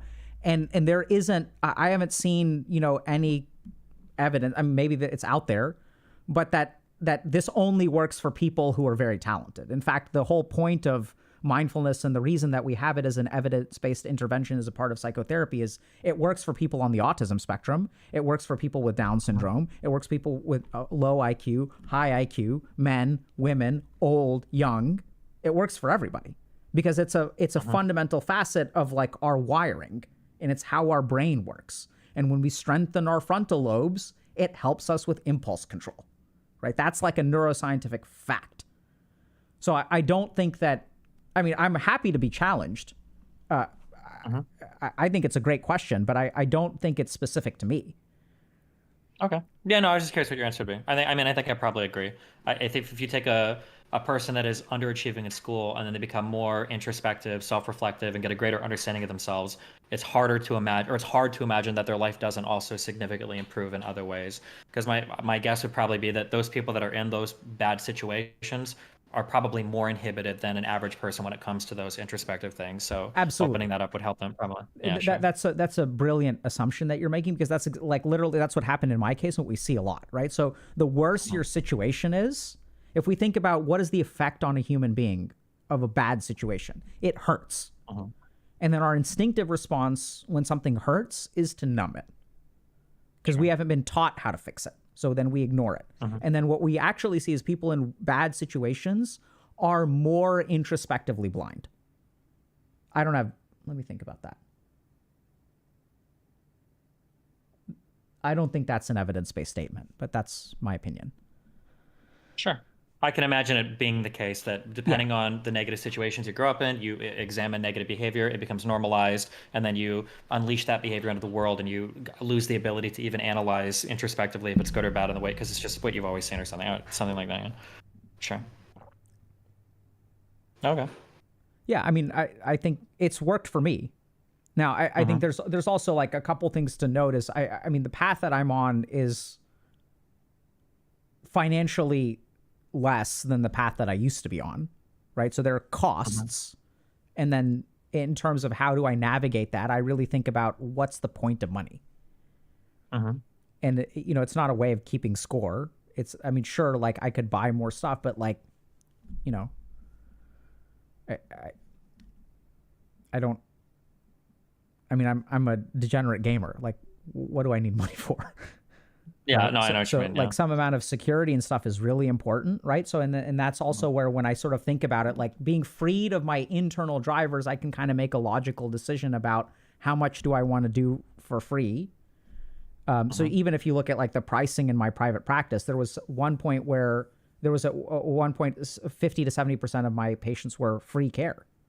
And it was, my financial situation was fine because I charged enough to the other 30 to 50%. And I had a uniform financial policy, which was, this is what my rate is, pay what you can. Okay. So I think some of those kind of, the dust kind of settles. I don't know how, like once you're internally, like your compass is set, then you sort of like can logically think through stuff and it kind of settles. Okay. That makes sense. I think, I have like a similar idea. I don't know how well I follow it, but I have a similar idea kind of to what you're saying. I think in the business world, have you ever heard the term like first principles? I've heard the term. I don't know what it means. Yeah. Just basically like what are you orienting yourself towards? Like, what are you about? Like, what are you trying to do? Yeah. And what you're saying is like, anytime somebody would come like for advice, like, I don't know, where do I want to go to college? What do I want to do for a job? Blah, blah, blah. Kind of like what you're saying, like those questions are never really important. The important question is like, well, what do you want to accomplish, or who do you want to be in like 5 or 10 years or whatever? And then once you have like those like very fundamental questions figured out, all the other questions become pretty simple. Yeah. So I think kind of what you're saying about like figuring out kind of like the internal area of like what does it mean to take a pill, or where does self-judgment come from, or anything like that. Then if I've like figured out those types of things, then the questions about like medication or not really difficult questions at all, they kind of fall into line very simply. Yeah, and I think that's so there's like scientific support of that. So like even so part of the reason I started a coaching program was because I thought that there's some of these things, like coming down to first principles, were not emphasized in the mental health space. So just one example of that is the number one variable that correlates with vulnerability to pornography addiction is meaninglessness in life. Okay. So, but if we sort of think about it, we actually have evidence-based approaches to cultivate purpose and meaning and direction, which are all introspective. Okay. And so what happens if you look at the literature on positive psychology, when you cultivate introspection, the rest of the stuff falls into place. And the whole reason behind purpose, and this is why we teach so much about dharma or dharma, right, is once you have that North Star, then stuff starts to fall in place. And the more important thing is that, and then we see these scientific benefits, which is that even though we're not treating pornography addiction, you just have to have a reason to not watch pornography. Like you have to have something in your life that is guiding you, pushing you. Because what happens with pornography addiction or video game addiction is it just fills up the empty space in your life and it drags you down. Sure. I think there's a lot of antisocial behavior that falls into this. Like when you ask like a prep school kid, like what did you have to do in your life to not commit armed robbery? They don't really have an answer because they were going to school in the morning for band practice. They were doing football practice after school. Their mom and dad picked them up. They were like, there's not even a question of why you would do that, because that kind of like thing in your life is filled by so many other things. So this seems to track from what I understand. Yeah.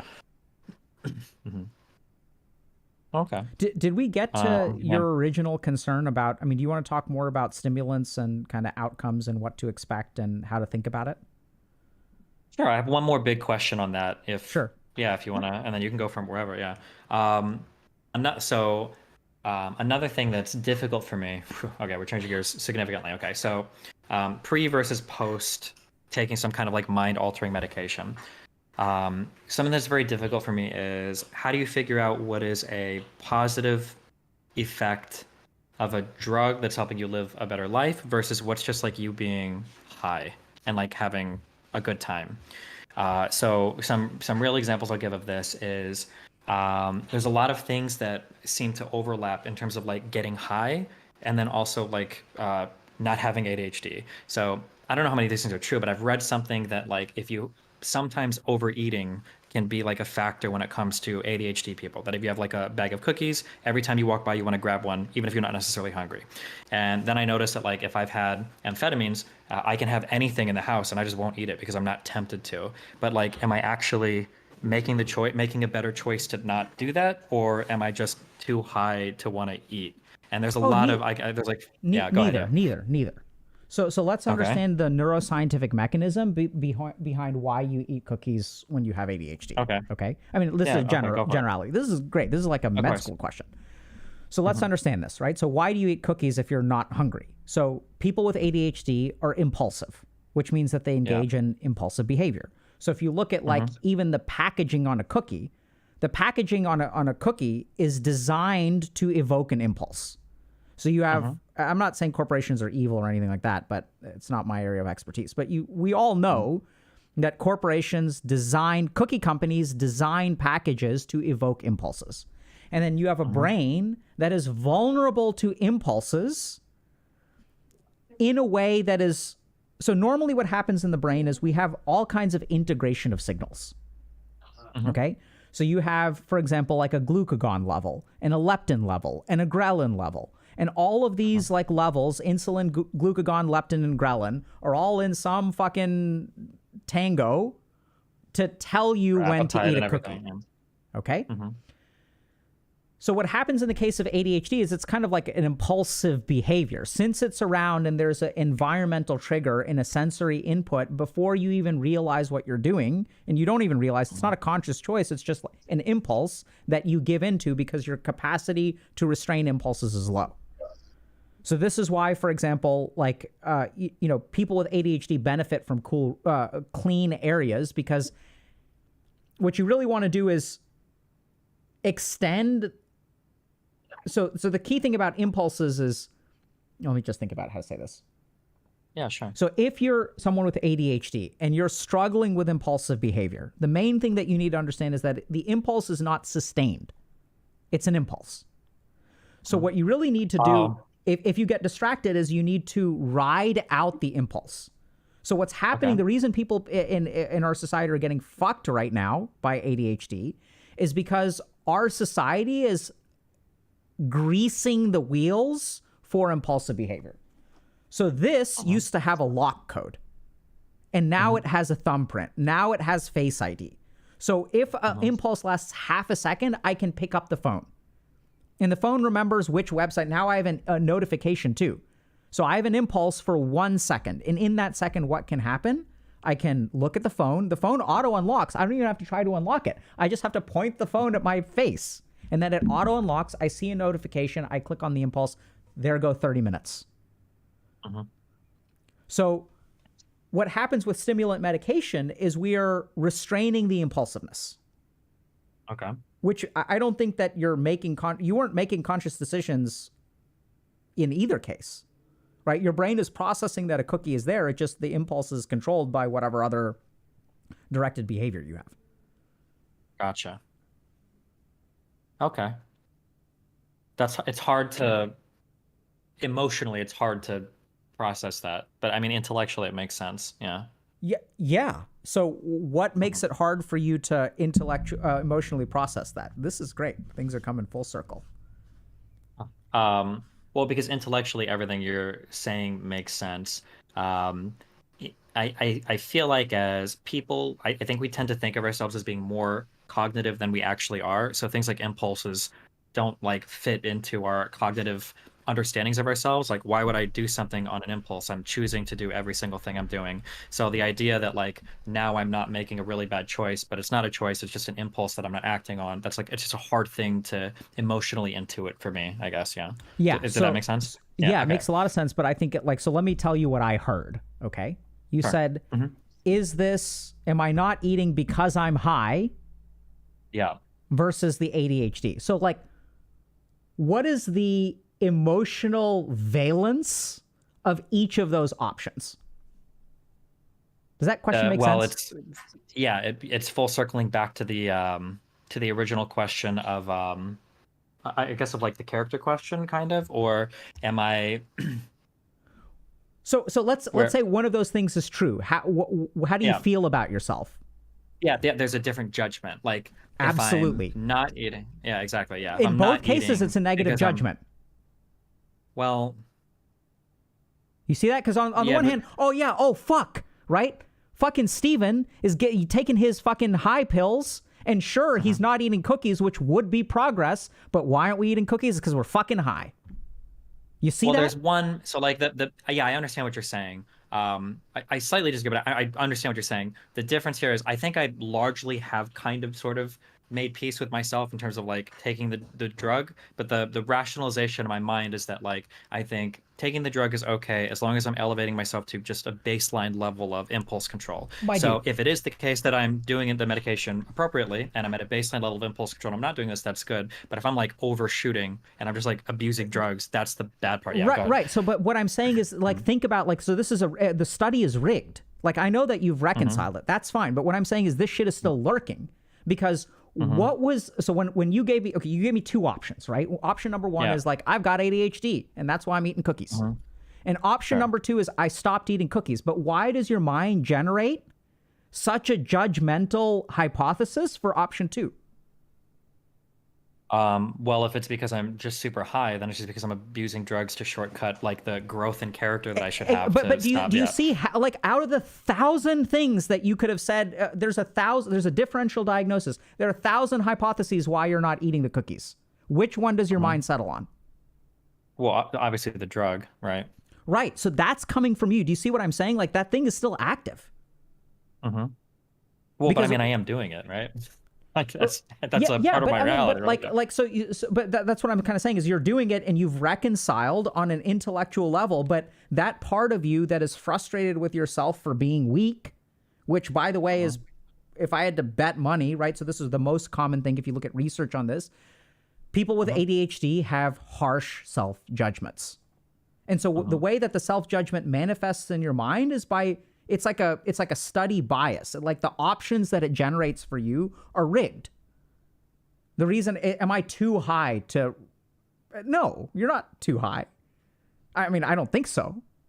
Right. So we also know, for example, that stimulant medication suppresses appetite. One of the major concerns about giving it to kids is that it can interfere with like things like growth and stuff like that, which thankfully it's not too bad.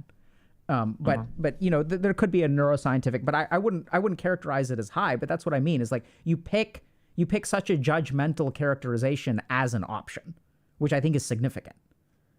Sure. I guess it's just because that's the thing I'm trying to avoid, because I know that taking said medication is going to improve my life in these ways, but like if it's too much, it's probably yeah. Does that make sense? So the things that you're anxious or worried about, right? That's that emotional energy. And that, when you say it's a brilliant insight that this is emotionally not sitting with me. And then the question is why? It's because you're emotionally in the opposite direction. Well, like let's say, so hypothetically, let's say let's say that I fix this, okay? What's to prevent me from saying, okay, so like here, talk me down from this one. And I'm not saying I'm doing this, and this is all hypothetical. Sorry, I'm not asking for medication advice, but like, let's say theoretically that like I solve all these issues, I figure this out. You're like, I don't have any negative judgments whatsoever. You know, forget these things. I'm just going to do, 100 milligrams of methamphetamine every day because I have no judgments about this anymore. It improves my life in all these different ways. I'm doing so better here. Like, what's the back away from the cliff there? As opposed to right now where you're saying I'm probably too far in the other direction of being too judgmental. Like, how would you, so what's the balance? I would say it's just like any other medication, right? So like you would have a relationship with your stimulant the same that you do with like, let's say a cholesterol medication or an antibiotic. I super disagree with this. I want to hear you, rationalize this for me because I have a hard time figuring this one out. In my mind, I have like behavioral modifying medication that works in your brain. I separate that way differently than like but insulin. Hold on a second, because what was the premise that we started with? That we dissolved this stuff, right? Okay. So when we dissolve that stuff, it's behavior modifying. So what? There's no emotional energy behind that. I need this medication in the same way that I need cholesterol medication. There's no judgment or attachment.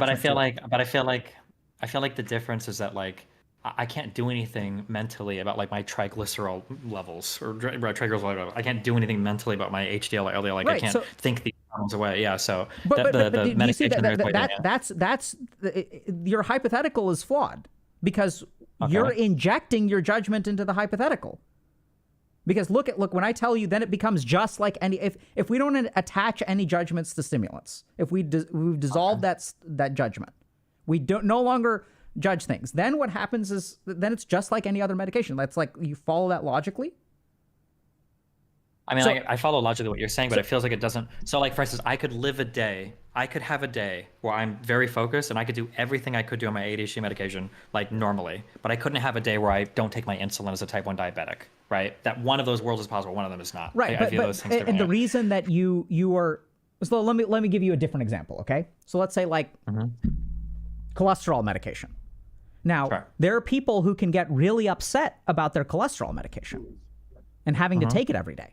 Can you imagine that? No, I've got a family of fucking diabetics, and sometimes they don't even take their fucking insulin. So yeah, I'm very aware of that. So like people are like, like I should be able to do this through diet, like their body image issues. This is the psychodynamics of psychopharmacology. We have all kinds of attachment to a particular pill, and what you're saying is this pill, I can understand how you would not have an attachment to, but this other pill logically has attachments for these reasons. No, bro, it's not logical, it's emotional. It's based on your attachment to that particular pill and what that pill means to you. It's not because of it's not because of the physiologic thing. That's just what your mind says, right? Because what you're worried about, and this is true of all medication, is like, this is the part of my body that's weak. Yeah, but I feel like, I feel like we don't view our brains as our bodies. I think that's like the fundamental difference here. Like if my heart isn't doing something, I take a medication for my heart. If my, lungs, if my kidneys, I Steven. take a medication for that. But you don't view yourself as your brain. That's like you, right? I feel, yeah, that's the difference. Go ahead. Yeah. So, but I mean, when you say we, who is in that we? Well, I was speaking we as in humans in general. I think we view ourselves as being our brain rather than like our brain is an organ in our body that we can medicate. Do you view yourself that way? I probably do. And yeah. Right. So I think this is where like, as I'm telling you, man, I have worked with plenty of people who do not identify with their brain and identify with their body more. That's right? really interesting. I almost don't believe that. That's crazy. But okay, that's really interesting to me. Yeah, okay. Right? So like you can take anyone with body image issues. Who I am is determined. This could also be because you're a dude and I'm a dude. So like we don't get judged as harshly on average. I'm not saying that we don't get judged, and this is balancing out, right? So like it used to be that women had body image issues way more than men do. And when I work with women who have body image issues, they like, a lot of who they are is tied up to their body. And working with, and that's not just one reason for that. I mean, that's evening out, by the way, I think with social media. But then there's like other things that biologically women go through that men don't have an equivalent, like pregnancy and childbirth. So when you go through pregnancy, it makes permanent alterations of your diabetes, your fat distribution. The change to breast tissue is profound, right? Like when they swell and you've got all this stuff, like, I mean, so like there's definitely people can identify with the body. I think you're quite intellectual. And I think that you would be afraid, you would fear losing a chunk of your brain way more than you would fear losing a piece of your hand. Yeah, of course. Right? But if I'm a professional wrestler, like it could be the other way around. So I think the key thing here is your attachment to it, which is the problem. That's my point. And so the problem here is that once you dissolve that attachment, the conclusion that you assume disappears because the reason you infer that is because of your attachment to your brain over your body. I don't know if I lost you there, but a little bit, or not you lost me a little bit, but I follow you a little bit, or I guess that would mean I did lose a little bit. So you're in your world, like the brain and the body, and then like the spirit or the soul or whatever. These things exist all kind of differently from one another, and medicating your heart or medicating your liver or medicating your brain are all essentially the same thing. But I'm coming in with a normative judgment that loads brain medication differently, so all of my questions are kind of fundamentally poisoned as soon as I ask the question. Right? Because I say then it becomes just like a cholesterol medication, and what's your response? You say no, it doesn't. And then I ask you, why is it different? And then you're like, well, because my brain is different from body. And I'm like, well, hold on a second. That is where you're inserting your judgment. Right? So if we're really presuming that you've metabolized this stuff, then it does become that. And I've seen that process many times, by the way. Right? So like when you work with the psychodynamics of psychopharmacology, people like taking their SSRI or their antidepressant medication. There's all kinds of psychotherapy that you have to do around that. What does it mean to take, I'm dependent on this medication for my fundamental happiness in life.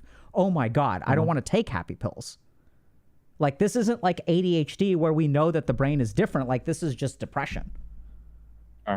Right? With ADHD, these people are neurodivergent. Their brain is wired differently. But me, I was fine for the first 25 years of my life. And then something happened and I became weak. Right? Even those people will say ADHD medication is okay, but depression medication isn't. So it all has to do with your attachment to by attachment, I'm using it in an Eastern sense, like the meaning that you associate with that thing.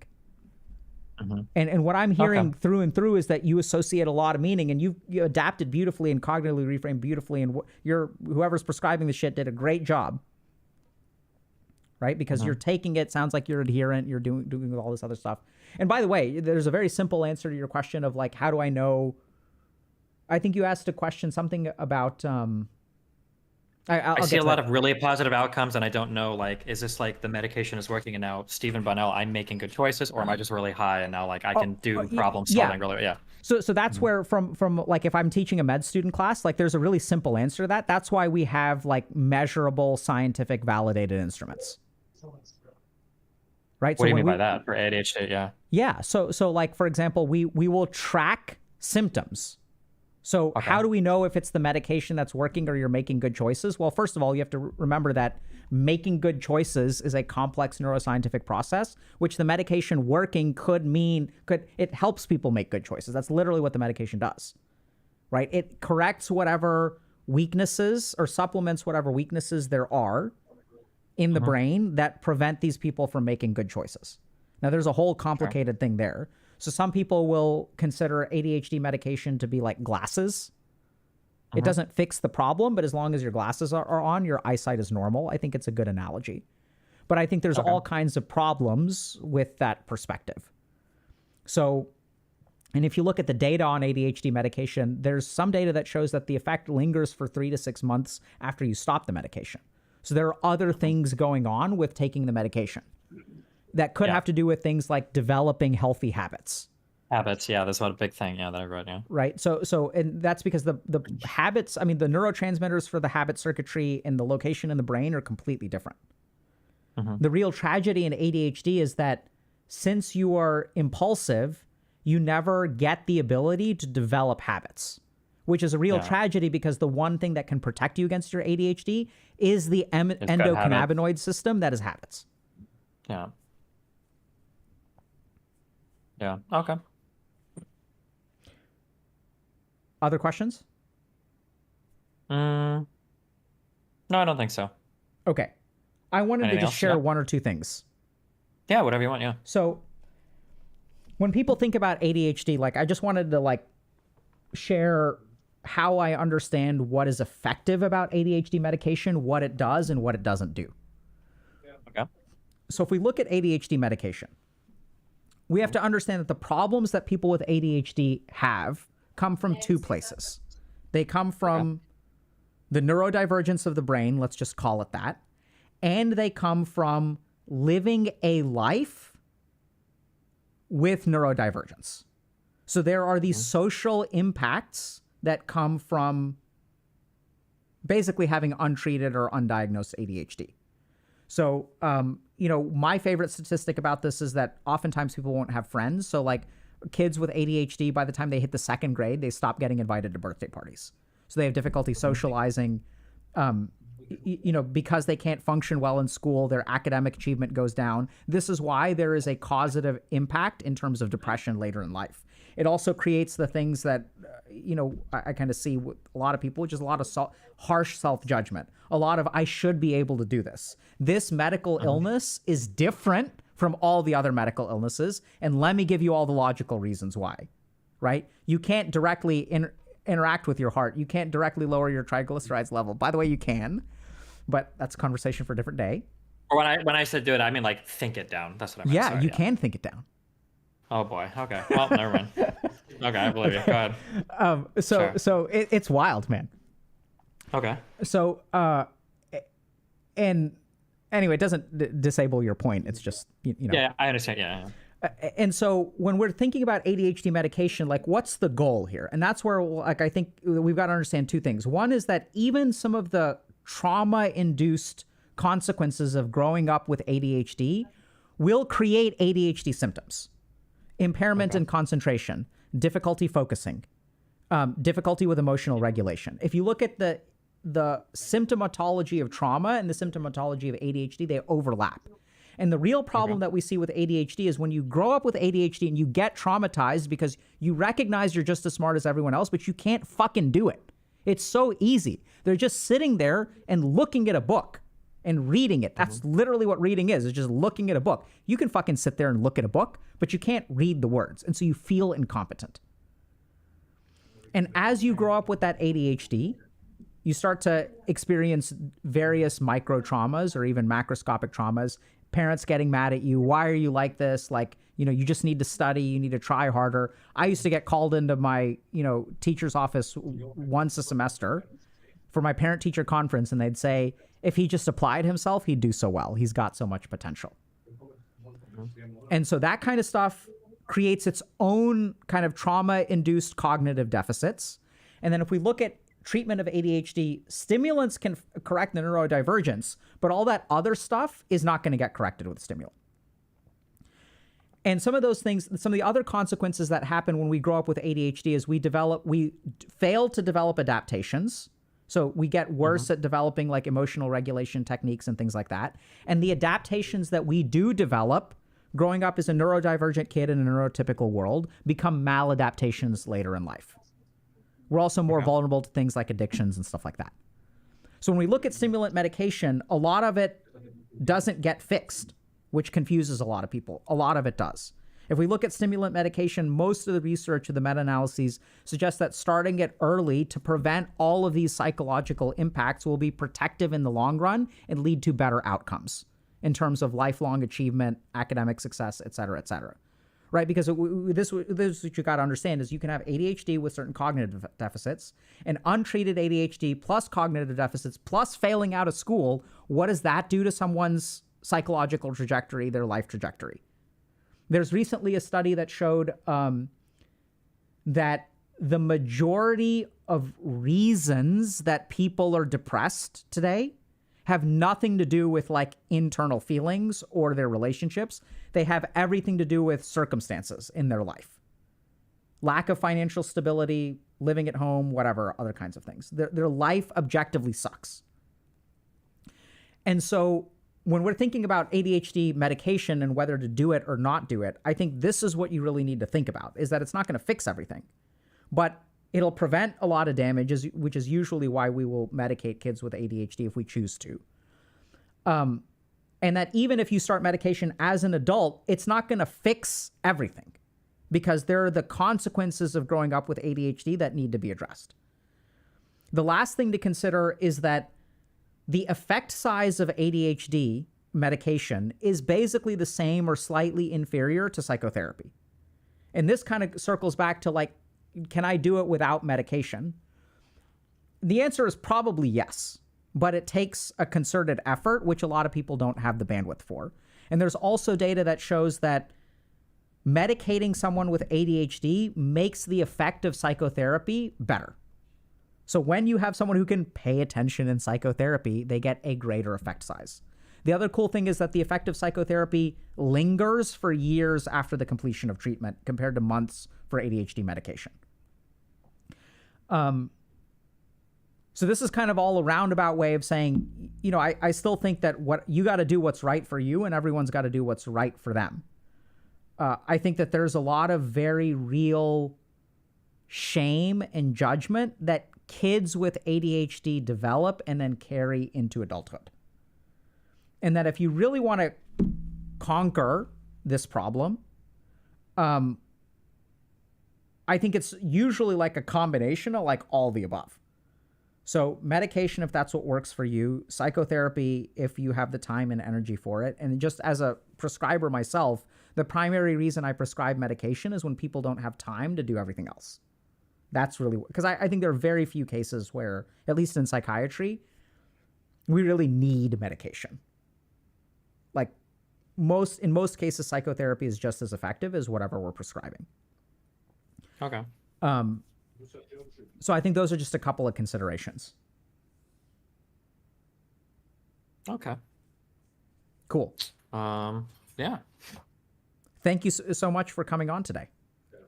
Yeah, thanks for having me. It's always fun to chat. Yeah. Likewise. And good luck with all of your endeavors.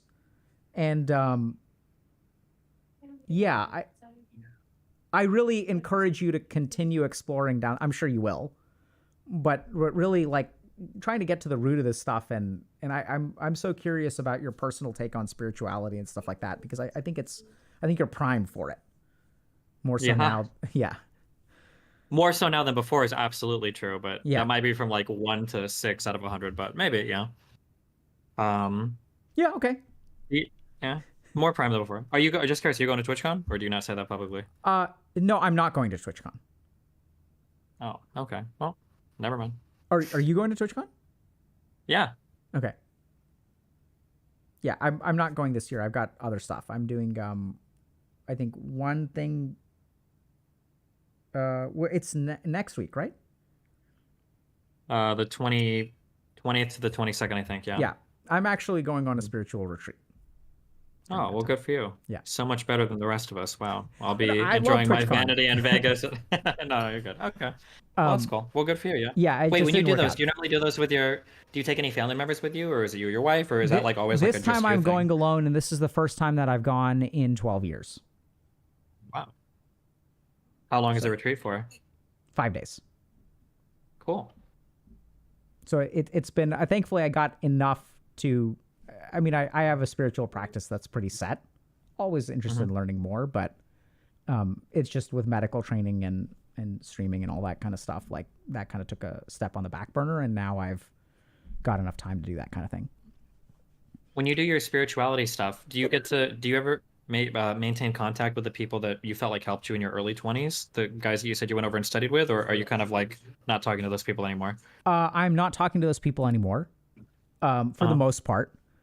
It's interesting. So I think the person who's the closest to what I would describe as a guru, I basically only had contact with them for 2 years. And for a while, it was very hurtful because it kind of felt like they ghosted me, and I don't know what happened, but Gotcha. Whatever. Oh, okay. Yeah. Cool. All right, cool. Well, yeah. Hey, I appreciate the talk. Do you want to, yeah, I say shout yourself out. I think most of my audience knows who you are, but yeah, where can they find you if they're looking for more cool stuff or projects you're working on, or if you could direct people to one link or one thing, where would you send people? Yeah. So I think since we're talking about ADHD, we have, so like part of what we built at HG, we build different kinds of resources and stuff. We've got a ton of videos that I think are pretty good on YouTube about ADHD, but we also have like a guide where I go through kind of like in a more comprehensive way, like practices, meditation techniques and things like that to specifically understand the different parts of ADHD and how to really overcome them. So they can check out Dr. K's guide, and then I stream on YouTube and Twitch. And yeah, check us out at HealthyGamerGG. And likewise, where can we find you, Stephen? Destiny? Destiny, yeah. On YouTube, Kick, maybe Twitch again someday, and Instagram. So yeah.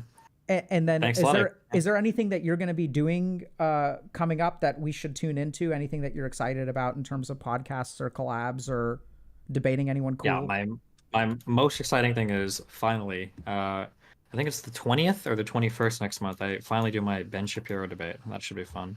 Oh, wow. That's awesome, man. Yeah. Yeah. That's I'd love to do that. You said 20th of next month, so November?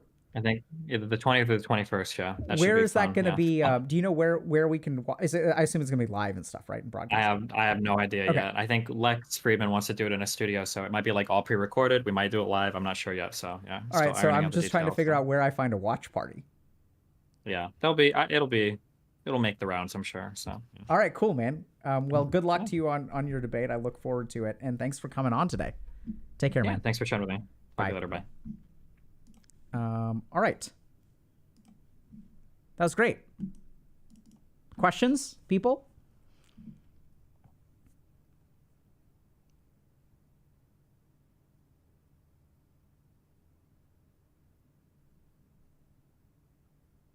Yeah. So, Destiny's great. I think he's, I know that not everyone likes him, which I think is completely fair. I think it's fair to criticize people, right? And to not like certain things about him. I appreciate how, in my conversations with him, he comes across as quite open-minded and willing to consider alternative perspectives. And so I respect that. I like talking to him, which is fun. And I like talking to a lot of different people. And part of, I think, what we try to do here is, as far as I can tell, we don't support a particular political philosophy or I know sometimes people think we support one gender, like today. I'm pro-human for what that's worth, but I'm sure that everyone who supports a particular political ideology or has a bias says the same thing, right? I'm objectively fair, and everybody else is biased and pro something. So if you all see some kind of bias or whatever in the work that we do, please let us know. And we've actually seen that a lot, especially around gender dynamics. The big irony there is that if we do stuff that is geared towards men, women in our community get upset. And if we do something that's geared towards women, men in our community get upset. And we're going to try to help everybody. That's just part of our ethos.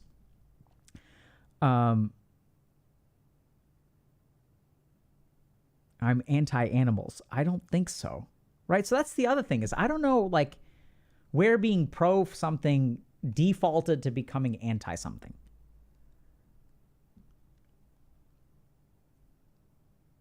Right? And when it comes to the gender stuff, like I think men understanding women is very important for men. And I think women understanding men is very important for women in general. How do you understand the relationship with virtue and emotional regulation? I consider them to be somewhat independent. But if we look at some of these virtues, like if we say patience is a virtue and duty is a virtue, oftentimes pursuing those virtues will train us in important life skills like emotional regulation. So I'll give you all a simple example of this. So we all know that willpower is a good thing. And then what happens is people will kind of say like, okay, if willpower is a good thing and I need to be more disciplined, and I need to have more willpower, how do I actually do that? Right? So when I was growing up, my favorite example is my mom would say, Alok, you need to be more disciplined. And then I was like, okay, you start waking up at 7 a.m. every day and you will be more disciplined. And then I was like, wait a second, but like, if I could wake up at 7 a.m. every day, then I would be disciplined. Like, I don't understand, it's like a chicken or egg thing. Like, how do you develop discipline? So the very practical skills that we want to develop around emotional regulation, patience, discipline, willpower, we don't know how to develop those. And people will say things like, oh, you got to take cold showers. So if you look at the science of this, what you discover is that taking cold showers doesn't make you, generally speaking, have a stronger willpower than other people. Because what happens is the first couple times you do it, it requires willpower, and then your body habituates to it and no longer needs to exert willpower because it's used to it. That's what our body does. So these willpower boosting exercises don't really work that great. So what does work? And this is what's really interesting. So if you look at the practice of yoga, the practice of yoga starts with two things, yamas and niyamas. Yamas are personal observances, and niyamas are societal observances. And my favorite example of this is satya, which means truth. So when you develop a virtue, the really interesting thing is that you will develop all kinds of cognitive and neuroscientific skills as a consequence of the virtue. And people may be kind of confused by that. Like, well, how does that work? So we don't know how to develop willpower. It turns out the way that you develop willpower is not by developing willpower. The way that you develop willpower is by committing to truthfulness. And you will say, well, hold on a second. What do you mean? Does that mean that people who are honest are better? Let's understand it neuroscientifically. So if I commit to not lying, what does that mean about my life? If I can't lie, let's say scientifically I was no longer capable of lying, how would it change what I eat? How would it change what I do? How would it shape my life if I could not lie? And someone asks me, hey, what'd you have for lunch today? Oh, I had McDonald's. I feel embarrassed saying that. I can't lie, and I don't want to say that, so what do I end up doing? I'm going to eat something healthy so that when people ask me when I go into lunch today with my colleagues and everyone's like, what'd you have for lunch today? I have to tell the truth. If you were forced to tell the truth, what kind of life would you live? And when you commit to truthfulness, you start shifting your life to accommodate for that because you can't lie anymore. And in that shift is where you develop all the emotional regulation, the discipline, the willpower, because you can't lie anymore. It's a beautiful technique, and they figured it out so subtly that when you set your North Star towards a particular virtue, in order to achieve that, you will automatically start leveling up the cognitive and neuroscientific skills that are necessary to improve your life. This is why the pursuit of virtue leads to improvement. This is sort of a spiritual perspective. Now, in some cases, this gets screwed up because at some point, this stuff gets codified into a religion. And then what happens is people aspire to that thing, but they have like a rigged version of it, right? They have a very selective interpretation of whatever text they have instead of like committing to the particular virtue. And then in doing so, their ego gets involved and then they don't build any of the cognitive skills and stuff like that. So what that really means is you can't fake it. You can't pay lip service to it. You have to really commit to it. And so another good example of this is ahimsa, nonviolence. So in order to commit to nonviolence, to do your best to not hurt another human being or any living organism as best as you can, how does that require you to change your life? Right? So in some cases, ahimsa means vegetarian. And so what would be required for you to not eat meat for 24 hours? It will require you to exert willpower. And the whole point is, since it's so dynamic, right? And this is what I think people sort of evolutionarily figured out. Since we have nonviolence and truthfulness and things like that, there's such dynamic objectives that it's not the repetition of the same behavior. Because being truthful or honest is going to change in different circumstances. And it's like a cheat code for leveling up the important skills in life is to commit to a virtue. And I challenge y'all to do it. Right? And then sometimes people will be like, not only like, so commit to truthfulness for 1 week, no lies. Not allowed to lie. Not a single one. Well, what about lies of omission? If you really want to commit to the spirit of it, it's not about the letter of the law. It's like no more lies of omission either. You don't want to be like brutally honest or whatever the fuck, be an asshole. But if someone asks you a question, no, like, did you have lunch? What'd you have? Oh, the usual. You know what I'm talking about. You know when you're being sneaky and when you normally would say more, but you're purposefully not saying it. So I'm not saying walk around and tell everyone exactly what you think about them. Don't do that. But commit to truthfulness for 1 week and see what happens. See how it shapes your behavior. Not allowed to lie. Right? So there's one other thing. Since we're talking about nonviolence and satya. Nonviolence, which is ahimsa, and satya, which is truthfulness. One thing to understand while we're on this path of truthfulness is we always want truthfulness to be subject to ahimsa. So you should be honest, but compassion should reign supreme. Right? So you should not let your truthfulness harm another human being as best as you can. And so this is kind of the interesting thing is we talk about meditation as a discrete practice that you do for 5 or 10 minutes. If you really want to understand, so if you look at yoga, right, so this path of meditation that leads to enlightenment, that's what Raja Yoga is. And the first step is yama and niyama. Second step, the personal observances and the societal observances. So if y'all want a societal observance, cleanliness. Commit to cleanliness for 1 week. How does that change your life?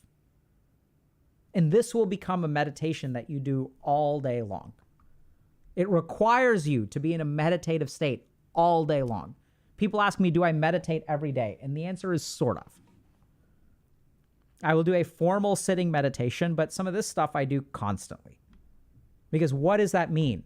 If you're committing to truthfulness, no lies. That means you got to be paying attention every moment you're awake. And to force yourself to pay attention and catch it will strengthen your frontal lobes. It's literally what it is, right? You're meditating for 15 minutes. I'm giving you a meditation practice that you can do for 7 days straight. Commit to truthfulness as best as you can. And this is where it's like, so the moment you fail, you can restart, right? So once you fail once, the game is over. You can start another game, but it's not like, oh, I lied 3 times in 1 week. No. You lied once, game over. Start over tomorrow. Okay?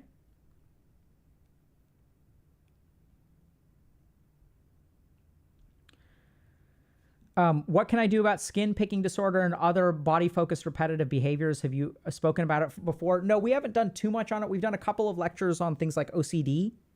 But I'd strongly recommend, so that's where there's good like OCD treatments if it's OCD related, which is my understanding of it, usually. But I think get OCD treatment is number one. Is there any correlation between ADHD meds and burnout? You know, I haven't seen studies about it, but my guess is damn right there is. So two things. On the one hand, ADHD medication may reduce burnout because they make you more effective at restraining impulses and things like that. On the flip side, ADHD medication in some cases may promote burnout because, how can I say this? When you've grown up with ADHD and you're not able to accomplish much, the limiting factor on your success is never stamina or endurance, right? You don't ever get a chance to spend 100% because you get distracted, you can't focus, whatever. So when people start to focus with things like ADHD medication, they sometimes don't realize like what their limits are because they're able to work for now 6 hours at a stretch. So cognitive fatigue can kind of set in. And I see that a lot where there's a real adjustment to the medication. Meditation strengthens frontal lobes? Yes. Okay. So thank you all very much for coming today. I got to run. It's been awesome streaming 4 days this week. We are going to be maybe streaming once or twice next week. And then so we've got a question. Can you explain what dharma is? I heard you mention it when I came in. Yeah. So for those of y'all that are interested in more resources like this, so first of all, we've got a glossary of terms and stuff, like, so you all can check out our website, but we have Dr. K's Guide to Meditation as well, where we explain what dharma is, how to cultivate it, what practices to do. So part of the reason that we have the guides is because there are common questions for people who are new. And so if y'all want a basic course, if you want to distill, you know, the majority of like Dr. K's stuff into like 12 hours, then check out Dr. K's Guide. That's why it's there. So we have a challenge when we stream, which is that we either go over the basic stuff over and over and over again because there's always new people, because we're always growing. It's a good problem to have. But if we want to get to advanced stuff, we need everyone to be able to catch up. And what Dr. K's Guide is it's a place for y'all to understand these core concepts and how to apply them to your life, understand kind of my perspective on depression, on anxiety, on meditation, and ADHD. And how can you break apart what's going on there? The neuroscience, the psychology, the science, the spirituality, all kind of rolled into one. And then we also have coaching spots available if y'all are interested. So as we were talking about with Destiny, like, so I don't know if this kind of makes sense, but you can treat a problem, like a pathology, like let's say a mood disorder or an anxiety disorder, or you can build something that protects against it, and you can build something that can protect against it. So a good example of this is I can give someone treatment for, let's say, high cholesterol or diabetes, and they can do something like exercise. If they do something like exercise, it is going to lead to health outcomes in a variety of dimensions, even though it is not a medical treatment. They're going to see improvement in blood pressure, cholesterol, diabetes, mood. All of those things get improved with exercise. And so what I sort of did is when I was looking at the emerging problems of the digital age, these problems like pornography addiction and video game addiction and social media addiction, and I tried to figure out, why is this stuff getting so bad? And what I found was that they can be classified as discrete pathologies, but there are some core aspects of life that people are behind on, like purpose, because it's hard to find purpose in today's world. Because the establishment, and I'm not like anti-establishment or anything, there's just flaws, right? The establishment is saying, go to college, get a job, and if you're in the US, you end up with a bunch of debt and jobs or whatever, you can't afford a house. Like, there's a certain prescribed formula for success that doesn't work anymore. And so we need to find a new way to discover those things that give us positive momentum in life. And once we have that positive momentum, just like exercise, once we have purpose, motivation, direction, then what we see is the mental health outcomes improve. Right? So purpose is inversely correlated with pornography addiction. The more purpose you have in your life, the less likely you are to have problems with pornography. Because that's what our focus is on. It's on focusing on these core aspects like EQ, emotional awareness, communication skills. Like these are the things that lead to global improvements. And that's why we see 25 to 45% reductions in depression and anxiety. Even though it's not a treatment, it's just, once you start setting boundaries with people, you start advocating for yourself, you actually apply for that promotion, you ask your boss for a raise, you break up with someone that you should have broken up with a long time ago, or what's more common nowadays is you don't go back, you learn how to resist going back to your ex. That's what I've seen more recently, personally. It turns out that it improves your life. And resisting your ex may lead to improvements in depression and anxiety. Right? So if y'all are interested in that, definitely check out our coaching program. So thank y'all very much for coming today. Hopefully y'all enjoyed the talk with Destiny. And then we also have, so for things that are a little bit more niche, like gifted kids or emotional regulation, for those topics, y'all should definitely check out our resource packs. So what we did is we took some of these other topics that are not quite as comprehensive as like depression and anxiety and meditation, that we didn't want to build a good guide for, that we've actually done a lot of free content on. And those resource packs are available. So take care, everybody, and have a good week.